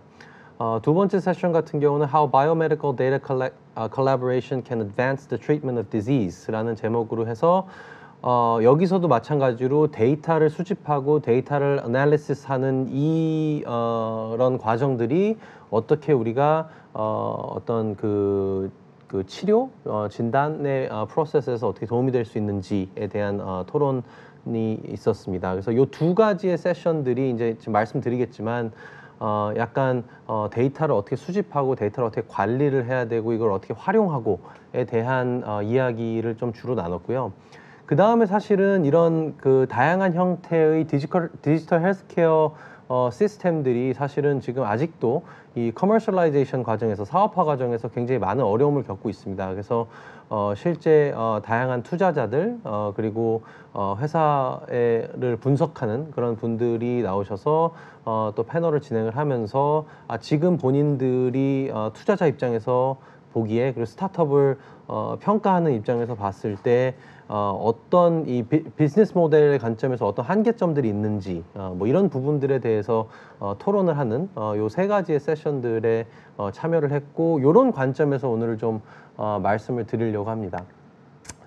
자, 우선 첫 번째 세션 같은 경우는 사실은 메이오 클리닉 플랫폼이라는 새로운 디지털 플랫폼에 대한 광고라고 해도 사실은 무방한 디스커션이었습니다. 사실 이 메이오 클리닉에서 MCP, 즉 메이오 클리닉 플랫폼이라는 것을 만들고 환자 중심의 디지털 헬스케어를 지원하기 위한 어떤 그런 필요한 여러 가지 컴포넌트를 하나로 묶어놓은 그런 소프트웨어 플랫폼을 지금 그 메이오 클리닉 플랫폼이라고 이야기를 하고 있고요.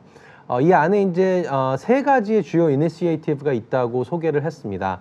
일단은 환자 개개인으로부터 수집 가능한 데이터를 아무래도 싱글 소스에서 데이터를 수집을 하는 게 아니고 그리고 싱글 디바이스에서 데이터를 수집을 하는 게 아니고 이기종의 장비들 그리고 다양한 사람들로부터 수집되는 데이터이기 때문에 이거를 어떻게 잘 분석할 수 있도록 우리가 노멀라이즈 시키고 포매팅을 맞출 것이냐 하는 프로세스가 있고요. 이거를 이제 gather라는 이니시에이티브로 정의를 내렸고요. 그 두 번째가 이제 인디스커버리 과정인데 여기서는 이제 이런 정형적인 데이터 그리고 비정형적인 데이터를 효과적으로 분석하는 그 어널리시스 프로세스 자체에 이제 초점을 맞춘 이니시티브가 있습니다. 그래서 이제 여기서 근데 사실은 중요한 게 데이터를 우리가 예를 들어서 제가 수집해온 데이터라고 해서 저만 프로세싱을 하는 게 아니고 다른 공공의 목적을 위해서 다른 사람들도 이 데이터 프로세싱을 할 수 있도록 오픈을 해놓는 게 이 플랫폼의 목적 중에 하나이기 때문에 그렇다면 이 환자의 데이터에 대한 보안 그리고 개인정보 보호를 어떻게 관리를 할 것인가에 대한 어떤 그런 컴포넌트들이 이 인디스커버리 과정에서 포함이 돼 있고 마지막으로 그렇다면 여기서 찾아진 여러 가지 널리지들을 어떻게 딜리버 할 것이냐 즉 그냥 지금까지 우리가 원격 의료, 원격 진료라고 했다면은 지금 감기신 것 같은데 타이레놀 하나 사드세요. 여기서 벗어나서 신의료기기들을 활용을 해서 하이 어큐이티인 환자들까지도 우리가 지원을 할 수 있는 그런 어떤 종합적인 체계를 구축을 했다. 해서 이제 요걸 이제 gather, indiscovery, delivery 해서 세 가지의 주요 이니시에이티브로 메이오 클리닉 플랫폼이 갖고 있습니다. 그래서 본인들이 이제 여기서 좀 차별화 포인트로 계속 좀 갖고 가는 부분이 단순한 원격 진료의 개념이 아니고 이제는 이거를 치료를 지원할 수 있는 좀 더 복잡한 의료 행위를 지원할 수 있는 플랫폼으로서 메이오 클리닉 플랫폼이 설계가 됐다. 그리고 그렇게 테스팅이 되고 있다라고 이야기를 하고 있었습니다. 아까 잠깐 말씀드렸는데 이 데이터 보안에 대한 이슈가 사실은 이게 단순한 이슈는 아닙니다. 이게 개인정보 보호에 대한 문제도 있고요. 특히나 이게 건강 정보로 들어가게 되면은 더더욱 민감해질 수 있기 때문에 그래서 결국 우리가 데이터 분석을 할 때 이걸 어떤 식으로 접근하냐의 문제인데 사실은 가장 단순한 방법은 제가 갖고 있는 데이터를 USB에 담아서 복사해서 전달 드리면은 그쪽 컴퓨터에서 데이터를 분석하는 이런 시스템을 생각해 볼 수 있는데 사실은 굉장히 위험하죠. 내가 전달드린 데이터가 그 컴퓨터에 정말 머물러 있을 거라는 보장도 없고 본인의 의지에 의해서건 타의에 의해서건 이게 유출이 될 수도 있고 여러 가지 문제가 있을 수 있기 때문에 그렇다면은 데이터의 이동 없이 우리가 어떻게 데이터를 분석할 수 있을까에 대한 이제 고민을 이 메이오 클리닉 플랫폼을 비롯해서 여러 가지 이 헬스케어 데이터 분석 프레임워크들이 고민을 하고 있는데요.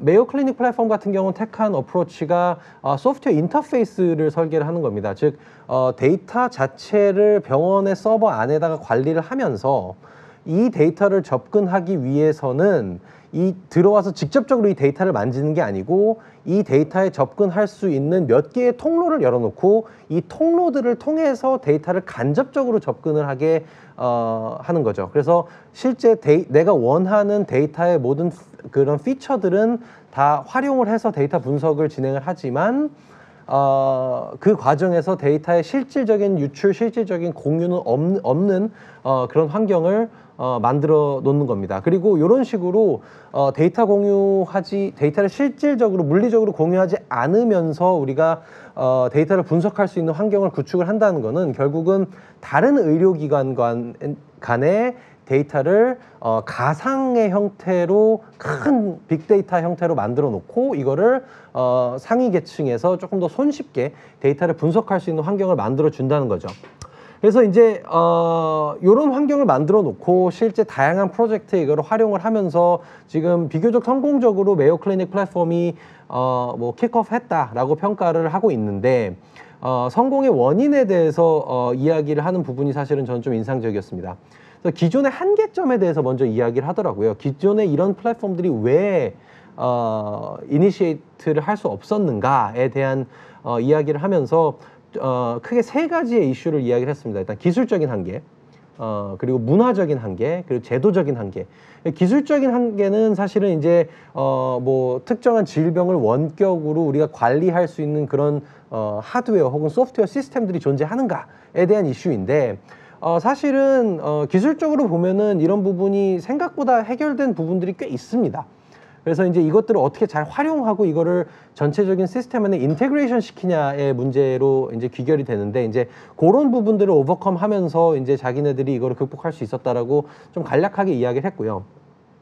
다만 이제 제도적이고 문화적인 부분이 사실은 되게 어려운 부분이었는데 이런 표현을 사용을 하긴 했습니다. 조심스러운 표현이지만 thanks to COVID-19 이라는 표현을 사용을 하긴 했습니다. 그래서 COVID-19이 이게 터지면서 사실은 제도적으로 아까 우리 그 배 부사장님도 말씀하셨지만 순간적으로 제도들이 확 풀어주면서 되게 빠르게 이거를 풀어나갈 수 있게 만들어주면서 새로운 거를 시도할 수 있게 하는 그런 과정 속에 사실은 이런 원격 진료의 이슈도 있었습니다. 아까 뭐 그 팬데믹 이후에 그 만성질환 환자들이 앞으로 이제 병원에서 관리받는 그런 이슈들에 대해서 말씀을 해주셨는데 거기에 사실은 이 팬데믹 기간 동안에도 이분들이 관리를 받아야 되는 이슈들이 있다 보니까 이 원격 의료, 원격 진료, 원격 치료의 어떤 그런 장벽들을 일단은 좀 무너뜨리자 하고 제도적으로 이거를 좀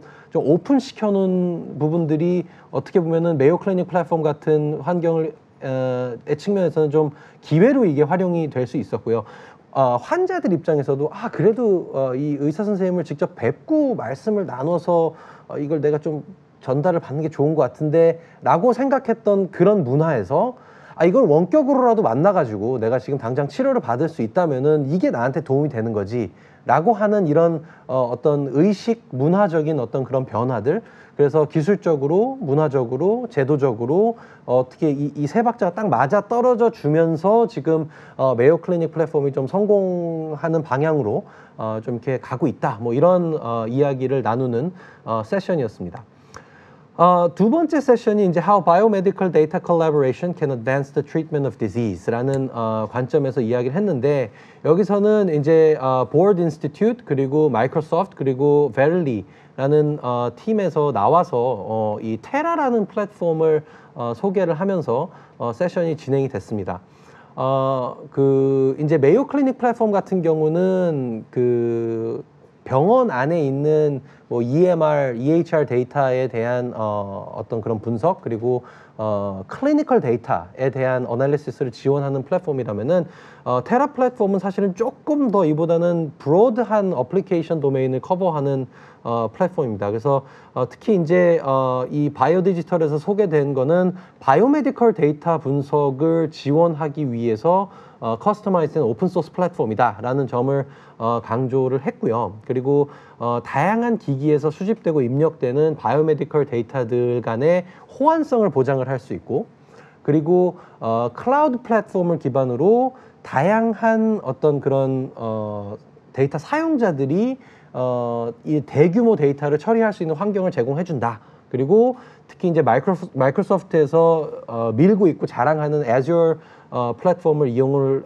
해서 여기서 요구되는 어떤 데이터에 대한 관리 기술들, 보안 기술들을 적용을 해가지고 데이터 분석 환경을 제공을 하고 있다. 이제 이런 이야기를 했습니다.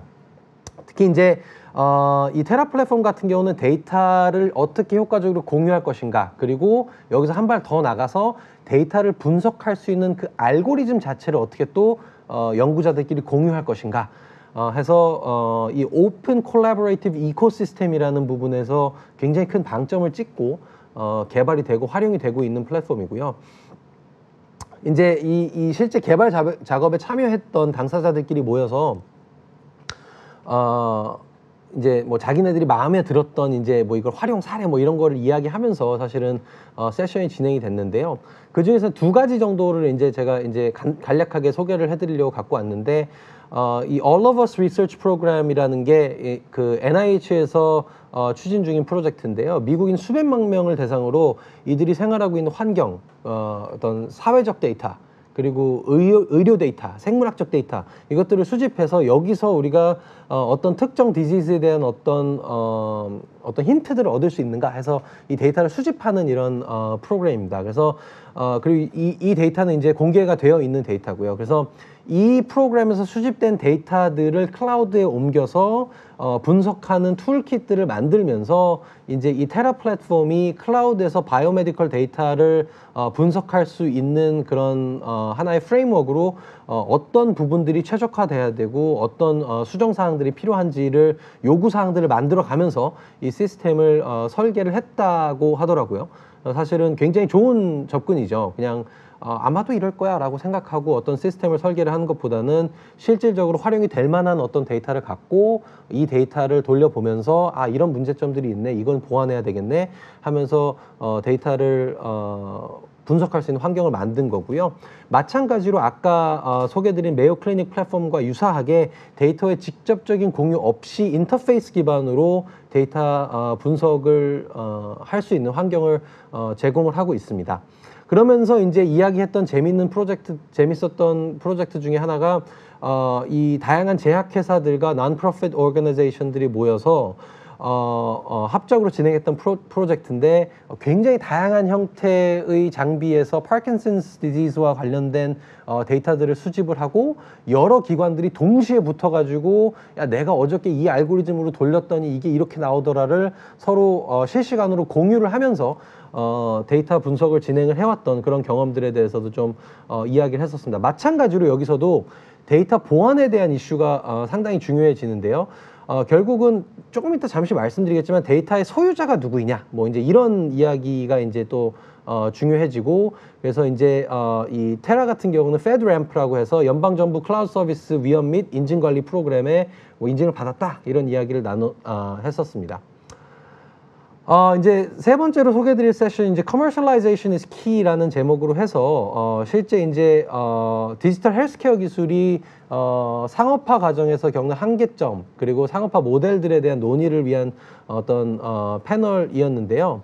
여기서 이제 뭐 여러 가지 이제 헬스케어 산업의 특성들에 대한 이야기를 하면서 사실은 스테이크홀더들이 굉장히 다양하게 존재하니 이게 단순히 의사 환자만의 릴레이션십으로 보는 게 아니고 그 가운데 실제 페이먼트를 하는 사람들이 있고, 그리고 뭐 인슈런스 컴퍼니 같은 어떤 스테이크홀더들도 있고, 이런 여러 가지의 스테이크홀더들을 모두 만족하는 비즈니스 모델을 만드는 게 실상 얼마나 어려운지에 대한 이야기들을 이제 많이 다뤘었고요. 이제 효과적인 커머셜라이제이션 모델에 대한 이야기를 좀 했었습니다. 그래서 크게 이제 세 가지 정도로 이제 이야기를 했었는데, 하나가 이제 at risk 모델이라고 해가지고 어떤 특정 회사가 리스크를 안고 들어와서 어떤 새로운 헬스케어 시스템을 도입하기 어려우니 우리가 일단 깔아줄게. 우리가 들어와서 일단 깔아주고 의사랑 환자들이 이거를 활용할 때마다, 이게 필요할 때마다 이거에 대해서 서브스크립션 베이스로 이제 가는 어떤 비즈니스 모델에 대한 이야기가 있었고요.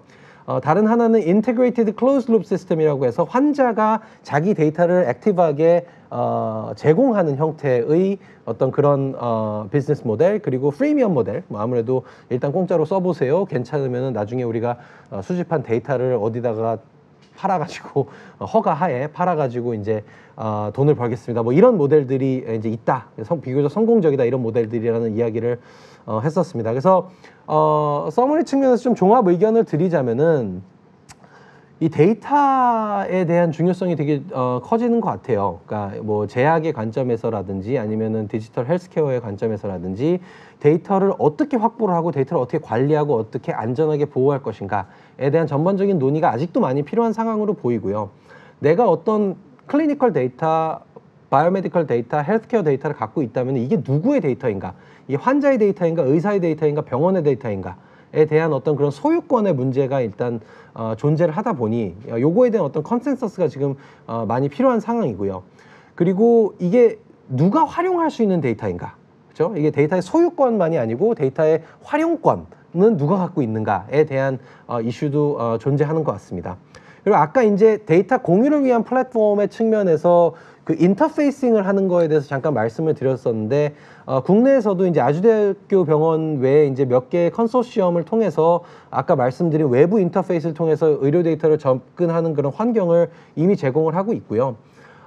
그리고 이제 뭐 신약이라든지 여러 가지 이제 AI 기술을 이용을 해서 신산업을 창출하려는 그런 노력들이 많이 있는데 여기서도 데이터 어떻게 내가 안정적으로 데이터를 확보할 수 있고 large population set에 대한 데이터를 확보할 수 있는가에 대한 고민을 해야 된다는 거고, 사업화의 측면에서는 아무래도 좀 너무 하이 레벨한 의료 디시전 메이킹을 만드는 것보다는 로우 레벨한 피처 익스트랙션의 측면에서의 인공지능 기술들의 중심의 디지털 헬스케어 사업들이 비교적 지금 좀 선전을 하고 있지 않나 하는 그런 생각이고요. 그리고 결국은 이 환자와 의사 간의 이 인게이지먼트, 즉 내가 이 기술을 얼만큼 적극적으로 활용하는가를 활용한 어떤 커머셜라이제이션 모델을 만들어내는 게, 그거를 이 전체적인 워크플로우에 녹아내는 게 성공적인 디지털 헬스케어의 어떤 사업화 측면에서의 커머셜라이제이션 모델이 되지 않을까 하는 의견을 드리면서 발표를 마치도록 하겠습니다. 네, 감사합니다. 네, 고정기 교수님 수고하셨습니다. 그러면 우리 그 마지막 연사로 글로벌 바이오 커넥션의 서성의 대표님께서 우리 기업의 해외 진출 전략에 대해서 말씀해 주시도록 하겠습니다. 네, 감사합니다. 서성혜입니다. 글로벌 바이오 커넥션 SSP 대표인데요. 여기 제 회사의 명처럼 제가 말씀드릴 것은 어떻게 세계가 바이오로 커넥션이 되어 있느냐에 대해서 말씀드리려고 합니다.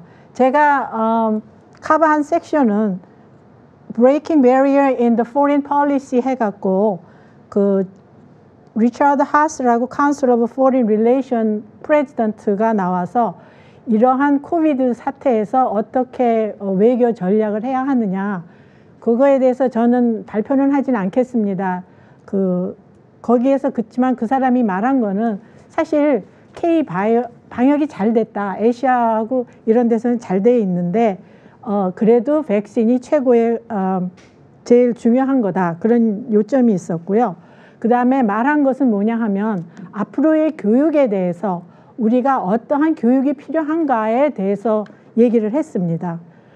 그래서 제가 말씀드릴 것은 앞으로의 우리의 교육은 어떻게 할까와 또 하나의 섹션은 제가 커버한 것이 The Next Big Deal, Market Outlook for 2021 and Beyond 라고 해서 이 세 개의 미국의 빅 파마들이 나와서 자기네 회사가 어떻게 이런 전략을 하고 있느냐 그런 거에 대해서 얘기를 해서 거기에 제가 더 첨가를 해서 말씀드리겠습니다. 그래서 현재는 무엇이 필요한가? 우리나라 한국과 또 우리가 현재 바이오 산업에서 필요한 것이 무엇이냐? 그것은 가장 중요한 게 우수한 인재를 양성하는 것이 가장 중요하다고 생각합니다. 제가 사실 1976년에 한국을 떠나서 2017년에 한국을 돌아오면서 삼성에서 저를 불러줘서 왔어요. 와서 일을 하면서 가장 느꼈던 것이 무엇이냐. 한국에서 많은 바이오 벤처 이 기업들이 많이 생기는데 거기에 필요한 인재를 뽑을 수가 없어요. 그런데 대학교를 가보면은 거기에 나온 학생들은 직업을 구할 수가 없어요. 여기에 문제점이 있다고 제가 좀 느꼈습니다. 제가 있는 지금 한 2, 3년 동안에 그렇다면은 한국의 교육에 무슨 문제가 있는 게 아닌가. 나온 학생들을 우리가 뽑을 수가 없지 않은가 하는 그런 문제점을 제가 여기서 생각을 했고요. 그리고 제약 바이오 스타트업 기업의 발전 와보니까 몇 년 동안에 굉장히 많은 벤처 바이오들이 많이 생겼어요. 그래서 거기에 그분들을 도와주기 위해서 솔직히 제가 미국을 안 가고 한국에서 지금 도와주고 있는데요. 거기에 대해서 좀 말씀을 드리고 마지막으로 한국의 연구와 글로벌 빅파마의 협력을 하면 우리나라 제약 회사들이 전 세계로 뻗어나갈 수 있는 그런 것이 되지 않을까. 제가 보니까 대부분의 벤처들이 한국 사람들이 머리가 굉장히 좋아요. 미국에 살다 보니까 한국 사람만큼 머리 좋고 열심히 일하는 사람들이 없어요. 그 사람들이 열심히 연구를 해서 리서치라든지 이런 건 잘 돼 있는데 문제는 이게 리서치가 된 거를 어떻게 드럭을 만드느냐에 대해서는 잘 몰라요. 그러기 때문에 제가 오게 된 것도 되죠. 제가 포뮬레이션, 디벨롭먼트 쪽을 많이 했기 때문에 그래서 디벨롭먼트가 모자르고 CMC가 모자르고 또 클리니컬 스터디 하는데 돈이 많지가 않고 그 다음에 BLA 파일링은 어떻게 하느냐 그 다음엔 전 세계적으로 마케팅은 어떻게 하느냐 이런 거에 대한 좀 이 실력들이 별로 없는 것 같아요. 그래서 저는 이 바이오 컨퍼런스에 대한 보고가 아니라 그거에 대해서 말씀을 드리려고 합니다. 그래서 제가 아까 1976년에 한국을 떠났다 했는데 뭐 짧은 시간에 저의 인생을 다 말씀을 드릴 수는 없고 왜 한국을 떠났느냐 하는 거에 대해서 말씀을 드릴게요. 그때 한국은 어떻게 됐느냐. 70년도에 한국은 평준화를 하기 시작을 했어요. 저는 중학교, 고등학교, 대학교 예비고사 시험 다 보고 올라왔는데 제 동생들은 중학교 시험 안 봤고 그 동생들은 고등학교 시험도 안 봤습니다. 그래서 잘 된 거는 제 동생들이 저보다 키는 컸어요. 하지만 한국의 그 엘리트 교육이라는 거에 대한 이 시스템은 무너졌다고 저는 생각을 합니다. 그리고 제가 제약회사를 나왔는데 여자이기 때문에 저는 제약회사에 잡을 구할 수가 없었어요. 그래서 미국을 간 거거든요. 그런데 무슨 일이 있었냐면 그때 인도에서는 인재 집중 교육을 시작을 해갖고 인디안 인스티튜트 오브 테크놀로지 델리에서 거기에서 생명공학 그 시대 1970년대 생명공학 전담 부서를 만들어서 학생들을 길르기 시작을 했습니다. 그리고 중국에서는 1980년도 그 시대에 천안문 사태가 있어갖고 그때 많은 대학생들이 이 데모를 했는데 얘네들을 다 잡아 죽인다 그러니까 다 도망갔어요. 미국에서 너희들 우리가 다 받아주겠다. 그래서 그 많은 인재들이 다 미국으로 왔습니다. 그래서 제가 그때 미국에 있었는데 갑자기 중국 사람들이 몰려온 거예요. 그래서 어떻게 된 거냐 그랬더니 천안문 사태 때문에 이 사람들한테 다 영주권을 줘버린 거예요. 그래갖고 그 사람들이 과학적으로 무지 발전이 되어 있었던 거예요. 그래서 결과는 뭐냐. 이 전 세계의 생명공학 분야에 인도 사람과 중국 사람들이 무지 많아요. 그래서 제가 MGN에 22년을 있었는데 제가 한국에 올 때는 저의 보스도 인도 사람, 저의 밑에 있는 사람도 인도 사람, MGN 하더라도 인도 사람들이 한 500명 정도, 중국 사람들은 한 300명 정도, 한국 사람들은 한 100명 정도밖에 없어요. 이 커다란 기업에 그 정도의 이 약진을 돼 있으니까 전 세계에 지금 인도 분들과 중국 분들이 있는 데가 없습니다. 그래서 제가 느낀 것은 인재는 최고의 자원이다. 특히 한국처럼 이렇게 자원이 모자르는 나라는 인재 말고는 없습니다. 아까도 말씀드렸지만 한국의 사람들은 정말 똑똑하고 일도 참 열심히 합니다. 요새 지금 코비드가 돼서 미국 사람들이 밤낮 없이 일한다고 그러지만 사실 그렇게 열심히 일하는 사람들이 아니에요. 그런데 한국 사람들은 정말 열심히 일을 해서 인정을 받았고 저만 하더라도 여자고 한국 사람으로 더블 마이너리티인데 차별을 받지 않았습니다. 그래서 저의 실력을 따라서 이 인정을 해주는 그런 시스템이 되어 있어서 제가 이 자리까지 잘 왔다고 생각을 합니다. 그래서 한국도 솔직히 저는 지금 한국의 시스템이 어떻게 되어 있는지 모르기 때문에 이게 맞지 않은 얘기를 할 수 있겠지만 좋은 시스템을 만들어서 혁신적인 인재, 그것이 무엇이냐 하면 이렇게 맨날 달달달달 외우는 그런 학생들이 아니라 좀 이노베이티브하게 챌린지하게 어린애들을 맨날 이 학원 저 학원 데리고 다니면서 갤리지 말고 애들이 하고 싶다라는 거, 자기네가 좋아하는 거, 할 수 있는 거를 기르는 그런 교육을 하면 좋지 않을까. 그리고 전공도 이런 거 저런 데 가라 이렇게 말하지 말고 이제 4차 산업사회가 되면 이게 어떻게 변할지가 몰라요. 현재 우리가 좋다고 생각하는 게 좋은지 아직 몰라요. 이 어린애들이 자기네가 원하는 거 골라서 할 수 있는, 그래서 앞에 리처드 하스도 뭐라 그랬냐면 한 가지만 가르치지 말아라. 생명공학을 하는 사람이 국제정치학도 알아야 된다. 코비드 때문에 이 foreign policy 같은 것도 알아야 되고 이게 경제학적으로도 달라져야 하고 그러면서 IT도 중요하다. 한국은 IT가 너무 잘 돼 있잖아요. 우리나라처럼 잘 돼 있는 나라 아마 전 세계에 없을 겁니다. 이거를 잘 활용을 해서 나가는 것이 우리나라에 도움이 되지 않을까. 그래서 지금 보여준 거가 지금 다른 나라는 하나도 안 보여주고 내가 중국과 인도를 계속 얘기하는 게 결국 우리는 중국과 인도와 경쟁을 해야 합니다. 그래서 이러한 거를 국가 중점 연구 개발 프로젝트를 하는데 한국은 이런 거를 하고 있는지 한번 정부의 차원에서 생각을 해야 될 것 같습니다. 줄기세포는 뭐 옛날에 무슨 황우석 박사가 문제가 있다고 그래서 그다음부터는 할 수도 없게 만들었는데 이러한 규제들을 확 풀어줘야 한다고 저는 생각합니다. 그래서 과학자들은 열심히 연구를 할 수 있는 그런 기반을 마련해 줘야지 어떠한 일도 할 수 있게 제 생각에는 그렇게 해야 할 거라고 생각을 하고요. 그 다음에 인도에서도 현재 2,700개의 생명공학 스타트업 나라가 있고 가난한 나라이지만 사실은 그 나라는 굉장히 똑똑한 사람들이 많아요. 브라만 계급들은 크샤트리아나 브라만 계급들은 굉장히 공부를 많이 시키고 완전히 엘리트 위주의 나라예요.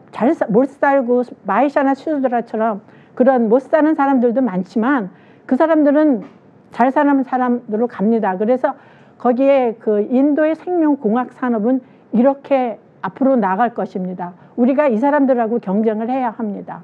그리고 또 한 가지 말씀드리고 싶은 거는 2000년대에 전에 아일랜드는 영국에서 굉장히 뒤떨어져 있는 그런 나라였어요.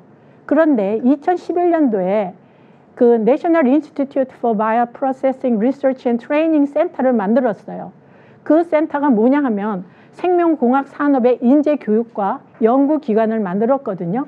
그것이 대학들과 연계가 되어 있고 또 아일랜드 정부는 대폭적으로 재정을 지원을 해줘서 그 프로그램이 잘 돼갖고 어떻게 되냐면 전 세계에 생명공학을 하는 사람들, 학자들이 아니라 그 기업에서 하는 사람들이 트레이닝을 받으러 와요. 사실 대학에서 생명공학을 잘 안 가르치고 대부분이 다 저만 하더라도 다 회사에 가서 배운 거예요. 모든 거가. 그렇기 때문에 이 사람들을 중점으로 해서 가르치면은 그러는 바람에 어떻게 됐냐. 거기가 트레이닝 센터가 돼서 아일랜드 사람들이 생명공학에 많이 알게 됐어요. 그래서 전 세계의 그 바이오텍 컴퍼니들이 아일랜드에 와서 뭐를 하냐면 매니팩처링 컴퍼니를 세웠어요. 아까 내가 다음에 계속 다른 나라 다른 회사들 얘기도 하겠지만 그 많은 회사들이 다 매니팩처링 회사를 세워서 거기에서 만들어내기 때문에 지금 아일랜드 전체 세금의 80%를 이 회사들이 내고 있다고 합니다. 그래서 현재는 아일랜드가 잉글랜드보다, 그러니까는 영국보다 더 지금 부자라고 그럽니다. 그래서 이게 10년도 안 된 세월인데 그런 거를 할 수 있기 때문에. 그런데 좋은 뉴스는 뭐냐? 우리나라 연세대학교에서 이 프로그램에 그러니까 프랜차이즈를 받은 거예요. 그래서 K-리버트라는 시스템이 됐어요. 그래서 거기에 그 사업 비전이 지금 좀 늦기는 했죠. 늦기는 했지만 그래도 이러한 바이오 산업을 이끌 미래의 인재들을 양성하는 거를 만들었다는 거에 대해서 정말 한편으로는 다행이라고 생각을 해요. 늦기는 했지만 그렇지만 not too late. 그래서 여기에 지금 사실 2021년부터 학생들을 받는다고 합니다. 그래서 여기에 학생들을 받는 거는 한국 학생들만이 아니라 아시아에 있는 사람들도 받고 또 각 회사의 인력들도 받아갖고 이 자립화를 추진한다고 합니다. 그래서 여기에 제가 제가 이 회사들을 한국에 와서 만난 분들도 있고 그다음에 얘기 들은 분들도 있고 그러니까는 옛날에 제약회사들도 있고 또 벤처 기업들도 많이 있어요. 지금 벤처 기업들이 우후죽순으로 생겨나는 것 같으니까 여기에 없다고 저한테 뭐라고 하시지 마세요. 계속 뭐 오늘도 생길 수 있고 내일 모레도 더 생길 수 있으니까 그래서 어쨌든 제가 여기에 이렇게 많은 회사들이 있다라는 걸 보여드리고 싶었고요. 그래서 이 다국적 기업과의 협력에 제가 Amgen, Bayer, Pfizer, Genentech, GSK, Johnson & Johnson, Lilly, Merck 이게 가장 지금 크다면 크다는 다국적 기업들인데요. 그 회사들의 그 각 회사마다 뭐냐 하면은 비즈니스 디벨롭먼트 디파트먼트가 있어서 각 나라에 어떠한 그 리서치들을 찾고 있어요. 그래서 예를 들자면 엠젠에서는 온콜로지, 본 헬스, 카디아 메타볼릭, 인플라메이션, 뉴로사이언스, 네프랄러지, 언맨 니드 이러한 거에 찾고 있어요. 그래서 뭐 꼭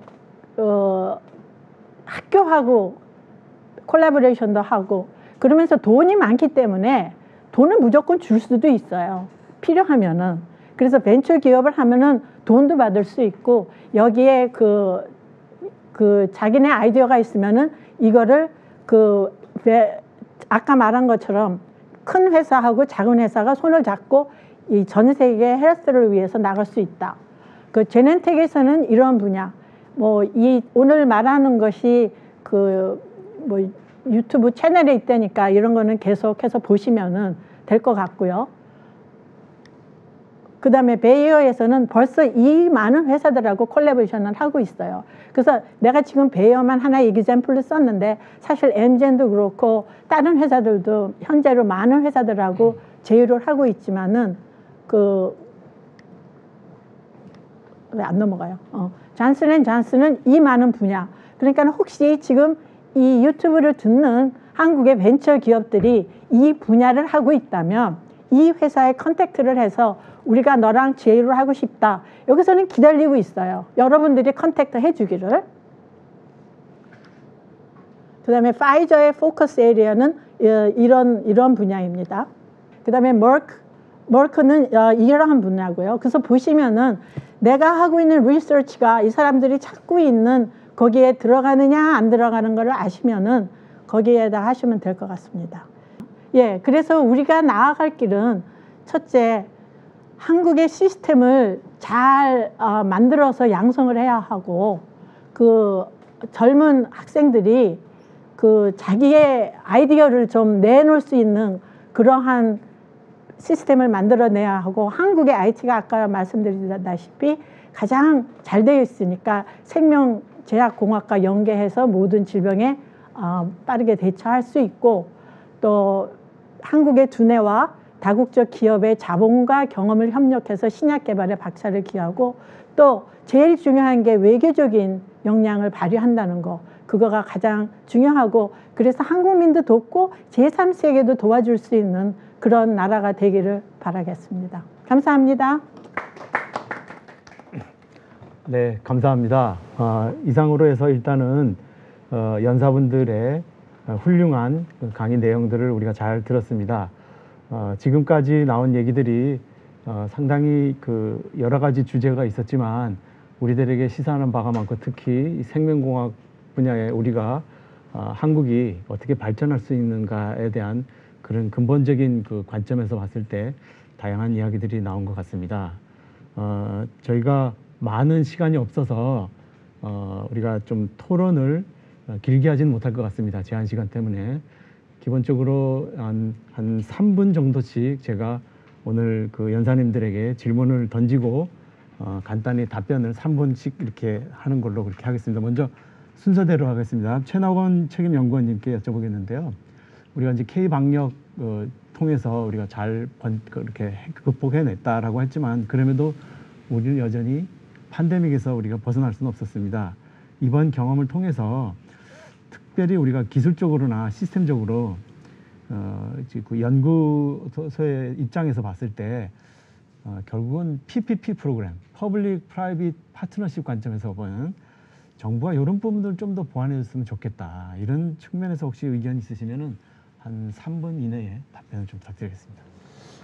네, 그 백 박사님께서 말씀하신 대로 공공과 민간의 파트너십이 그 지속될 수 있도록 하는 정부 차원에서의 지원 체계가 마련이 되는 게 일단 가장 중요할 것 같아요. 여기서 그러면 민간 주도로 기술을 개발을 해 나가게 될 것 같은데 이제 그거를 잘하기 위해서 뭐 예를 들면 창업, 아까 스타트업도 말씀하셨지만 스타트업을 잘할 수 있게 도와준다든지 아니면 이미 창업된 회사가 더 혁신적인 기술을 개발할 수 있도록 지원을 한다든지 아니면 아예 뭐 새로운 기술을 개발할 수 있도록 뭐 병원, 학계, 연구계, 산업계가 함께 할 수 있는 그런 프로그램을 만들어서 적용한다면 뭐 새롭게 돌아올지도 모르는 아까 부사장님께서도 5년 뒤에 또 하나 올 거다라고 이제 예상을 해주셨는데 그때 아마 잘 대처할 수 있을 것 같아요. 근데 그러려면 이게 당연히 이 지원하는 데 있어서 속도가 뭐 하나 지원 받는데 1년씩, 1년 반씩 걸리면 안 되잖아요. 그러니까 빠르게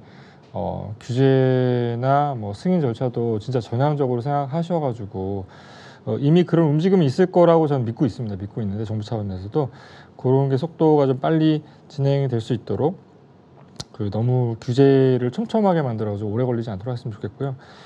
그리고 또 이 모든 게 다 국민 세금을 쓰는 거기 때문에 주저할 수밖에 없어요. 그건 당연히 저도 이해를 하고요. 정부 출연 연구소에 일하는 연구원으로서 이해는 하고 그런 걸 앞서 말씀드린 두 가지를 동시에 잘 진행할 수 있으려면 그 국회 차원에서 법적 근거도 마련을 하는 게 더 중요할 것 같다는 생각이 드네요. 네, 감사합니다. 정부의 역할 그리고 어떤 법 테두리에서 이러한 시스템들이 받쳐줘야 결국은 현장에서 일하시는 분들이 어떠한 목표를 우리가 달성하는데 커다란 도움을 받을 수 있다. 뭐 이렇게 이야기를 해주신 것 같습니다. 다음은 두 번째 질문으로 배진건 부사장님께 여쭤보겠는데요. 뭐 저도 발표를 했고 부사장님도 설명해 주셨지만 이러한 코로나가 터졌을 때 결국 미국에서 이러한 문제점을 극복하는데 커다란 힘이 됐던 가장 밑바탕에는 여전히 PPP, Public Private Partnership이 작동한 것이다 라고 생각을 하고 또 그 안에 결과론적으로 우리가 모데나도 나오고 뭐 얀센도 나오고 여러 가지 성공 사례들이 그 안에 다 녹여져 있어서 나온 결과물이다. 우리가 이렇게 볼 수 있을 것 같습니다. 자, 그렇지만 그것을 우리가 한국 내로 다시 대입해서 들어보자면 우리에게는 퍼블릭 프라이빗 파트너십 관점에서 뭔가 좀 이런 부분들은 좀 있었으면 하는 그런 바람 같은 게 이번 코로나를 경험하시면서 아마 생각이 많으셨을 것 같은데요. 부사장님 한번 좀 의견을 좀 부탁드리겠습니다. 네, 저는 그 K 방역을 통해서 보여준 것이 저희 국민들이 얼마나 정부에 순응하고 그 목표에 따라가고 도움을 줬다는 것이 개인들이 그렇게 룰을 잘 지켰다는 그게 굉장히 중요하다고 생각하고요.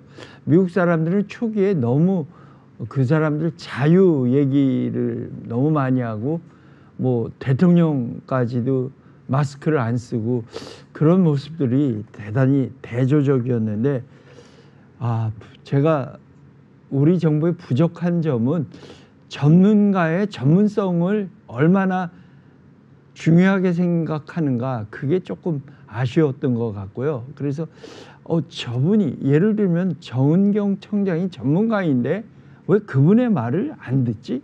그런 느낌이 들었어요. 그래서 사실은 이태원 사태도 일어난 것 같고요.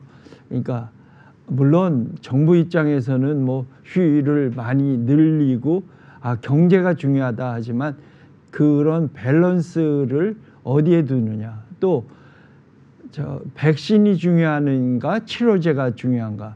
저희 정부의 잘못은 백신의 중요성을 좀 제대로 파악하지 못한 게 아까 말씀하신 대로 좀 그런 파우치 박사가 그 얘기를 하기 전에 2020년 3월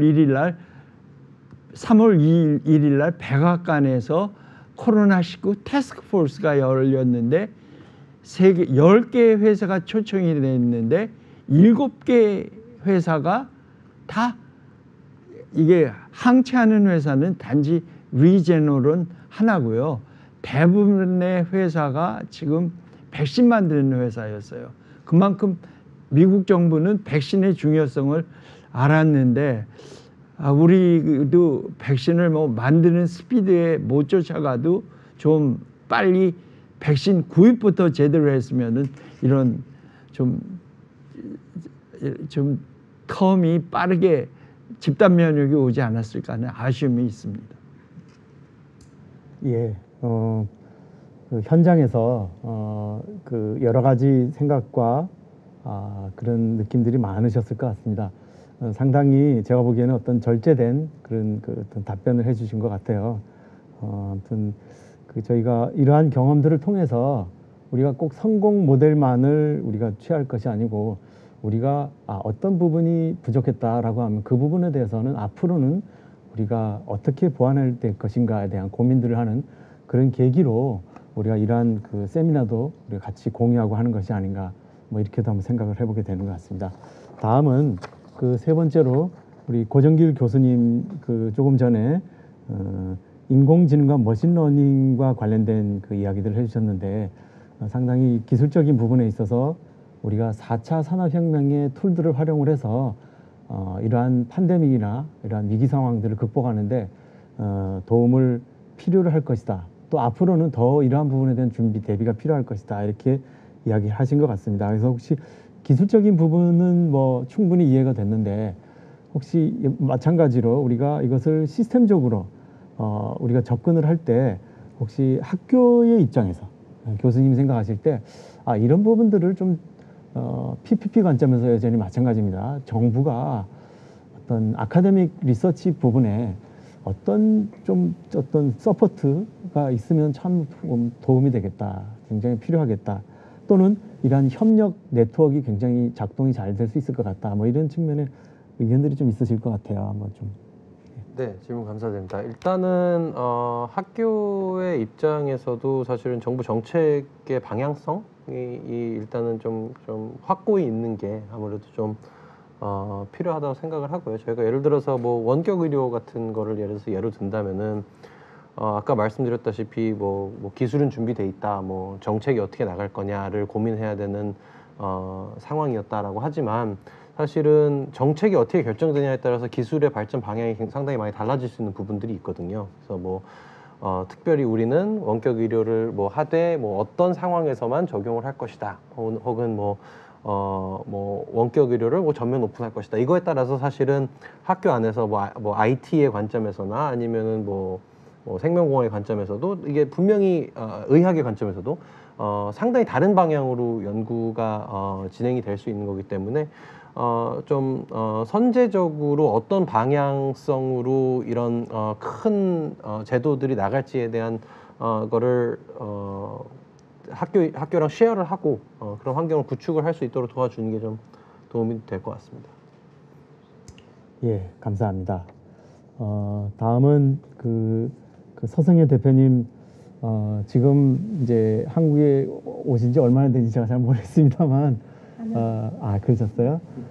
암젠에서 한 20년 계시면서 많은 경험도 하셨지만 그 안에 아마 많은 생각들이 있으셨을 것이다 이런 생각이 들고 아마 그러한 것들이 있었기 때문에 한국에서 미국으로 다시 돌아가지 않으시고 후계자를 양성하는 그런 훌륭한 인재를 양성하는 그런 쪽에 또는 한국의 그러한 기업들이 미국에 진출하는데 좀 도움이 될 수 있도록 아마 기여를 하고자 이렇게 일을 하시는 것 같아요. 지금 뭐 이미 여러 가지 말씀해 주셔서 그 부분은 좀 이해가 충분히 되긴 했는데 제가 이제 그 최근에 이제 바이오 협회에서 공유한 그 기사 중에 좀 우울한 기사를 하나 봤습니다. 뭐냐면 우리가 그 2023년에 과학기술 인력 부족이 한 800여 명 정도 된답니다. 그런데 2030년이 되면 지금으로부터 한 8년, 9년 뒤에가 되면 4만 9천 명 정도가 부족해서 소위 말하는 현재 부족한 인력의 한 60배 정도는 더 인력이 필요로 하게 된다. 그러니까 우리가 인구 절벽을 여러 가지 얘기를 하는데요. 이러한 생명공학 분야에 있어서 전문 인력의 부족, 우리가 인력 양성 자체도 중요하지만 인력 수, 절대 수에 있어서도 앞으로 상당히 위기로 지금 벌써 우려들을 하고 있는 이야기들이 나오고 있습니다. 그래서 뭐 거기에 대한 위기는 우리가 다 공유를 한다라고 했을 때 참 어떻게 이런 문제를 해결해야 될지에 대한 답은 잘 모르겠습니다만 혹시 대표님께서 생각하는 부분이 있으시다면 한번 좀 주셨으면 합니다. 예, 제가 그 삼성에 여기 와갖고 삼성에 한 2년 있었는데요. 그 동안에 그 새로 들어온 과학자들하고 얘기할 기회가 있었어요. 그래서 솔직히 말해서 한국에서 삼성이라면 최고 가는 기업이고 거기에 들어오면은 여기서 내가 뼈를 받겠다 이런 생각을 가지고 있어야 되는데 이 여성 과학자는 앞으로의 계획이 뭐냐 그랬더니 나 9급 공무원 시험 준비를 해야 되겠습니다 하는 소리를 듣고 내가 너무 놀랐어요. 그래서 아니 삼성같이 좋은 데 들어와서 왜 그런 생각을 하느냐. 삼성은요 정년이 45년에서 50살이 되면은 정년을 생각을 하기 때문에 이 공무원이 되면 철밥통이 돼서 65살까지 남을 수 있고 끝난 다음에 혜택이 무지 좋습니다. 이러기 때문에 이러한 제도에서는 한국 과학자들이 살아남을 수 있겠습니까? 제 생각에는 이거를 바꿔줘야 한다고 생각합니다. 그리고 특히 인간의 반이 여성인데 여성 과학자들이 살아남을 수 있는 솔직히 저도 여성이므로 애 낳고 남편 공양하고 여태까지 할 수가 있었어요. 그건 미국에서 솔직히 팔출부 없이 슈퍼우먼을 할 수 있으니까 한국의 여성들도 그렇게 하려면은 제도가 받침을 해줘야지. 애 낳는 사람들이 여성들 아닙니까? 그 여성들이 힘들면 안 나요. 근데 제일 중요한 거는 2030년에 과학자가 모자른 게 아니라 2050년이 되면 한국이 없어질 수도 있다라는 생각을 합니다. 이렇게 결혼도 안 하고 애도 안 낳고 하면은 저는 그 문제가 굉장히 더 중요하다고 생각을 해요. 그렇기 때문에 제 생각에는 그런 제도적인 거 제가 그래서 아까 공무원이냐고 물어봤던 이유가 그래서 물어봤습니다. 공무원들은 그렇게 잘해주고 끝난 다음에 연금도 그렇게 잘해주고 모든 사람이 공무원만 하려고 그러면 한국의 과학이 발전을 할 수 있겠습니까? 과학자들한테 그와 같은 해답을 줘야 한다고 생각을 합니다. 연금도 그렇게 줘야 하고 정년제도 없애야 합니다. 그래서 60살, 70살이 될 때까지 내가 내 힘을 내줄 수 있다라는 그런 자긍심이 있어야 합니다. 옛날에는 기업에 들어가면 내가 여기서 죽을 때까지 내 뼈를 묻겠다라는 이런 생각으로 있었기 때문에 한국이 이렇게 산업화를 할 수가 있었는데 지금은 갓 들어온 과학자들이 내가 지금 공무원 시험을 봐야 한다. 그래서 제 생각은 현재 공무원 수를 반으로 줄이고 국회의원 수도 반으로 줄이고 그 사람들 다 세금으로 사는 사람들인데 돈 벌 수 있는 산업을 발전을 시켜야 하고 경제를 발전을 시켜야 논아줄 수 있는 돈도 많지 않습니까? 그래서 논아줄 생각만 하지 말고 경제를 발전을 시켜야 합니다. 산업을 발전시켜야 하고 여성들을 우대를 해야 합니다. 그러면은 결혼도 하고 아기도 많이 낳고 산업도 발전하고 과학도 발전한다고 제 생각은 그렇습니다. 이상입니다. 감사합니다.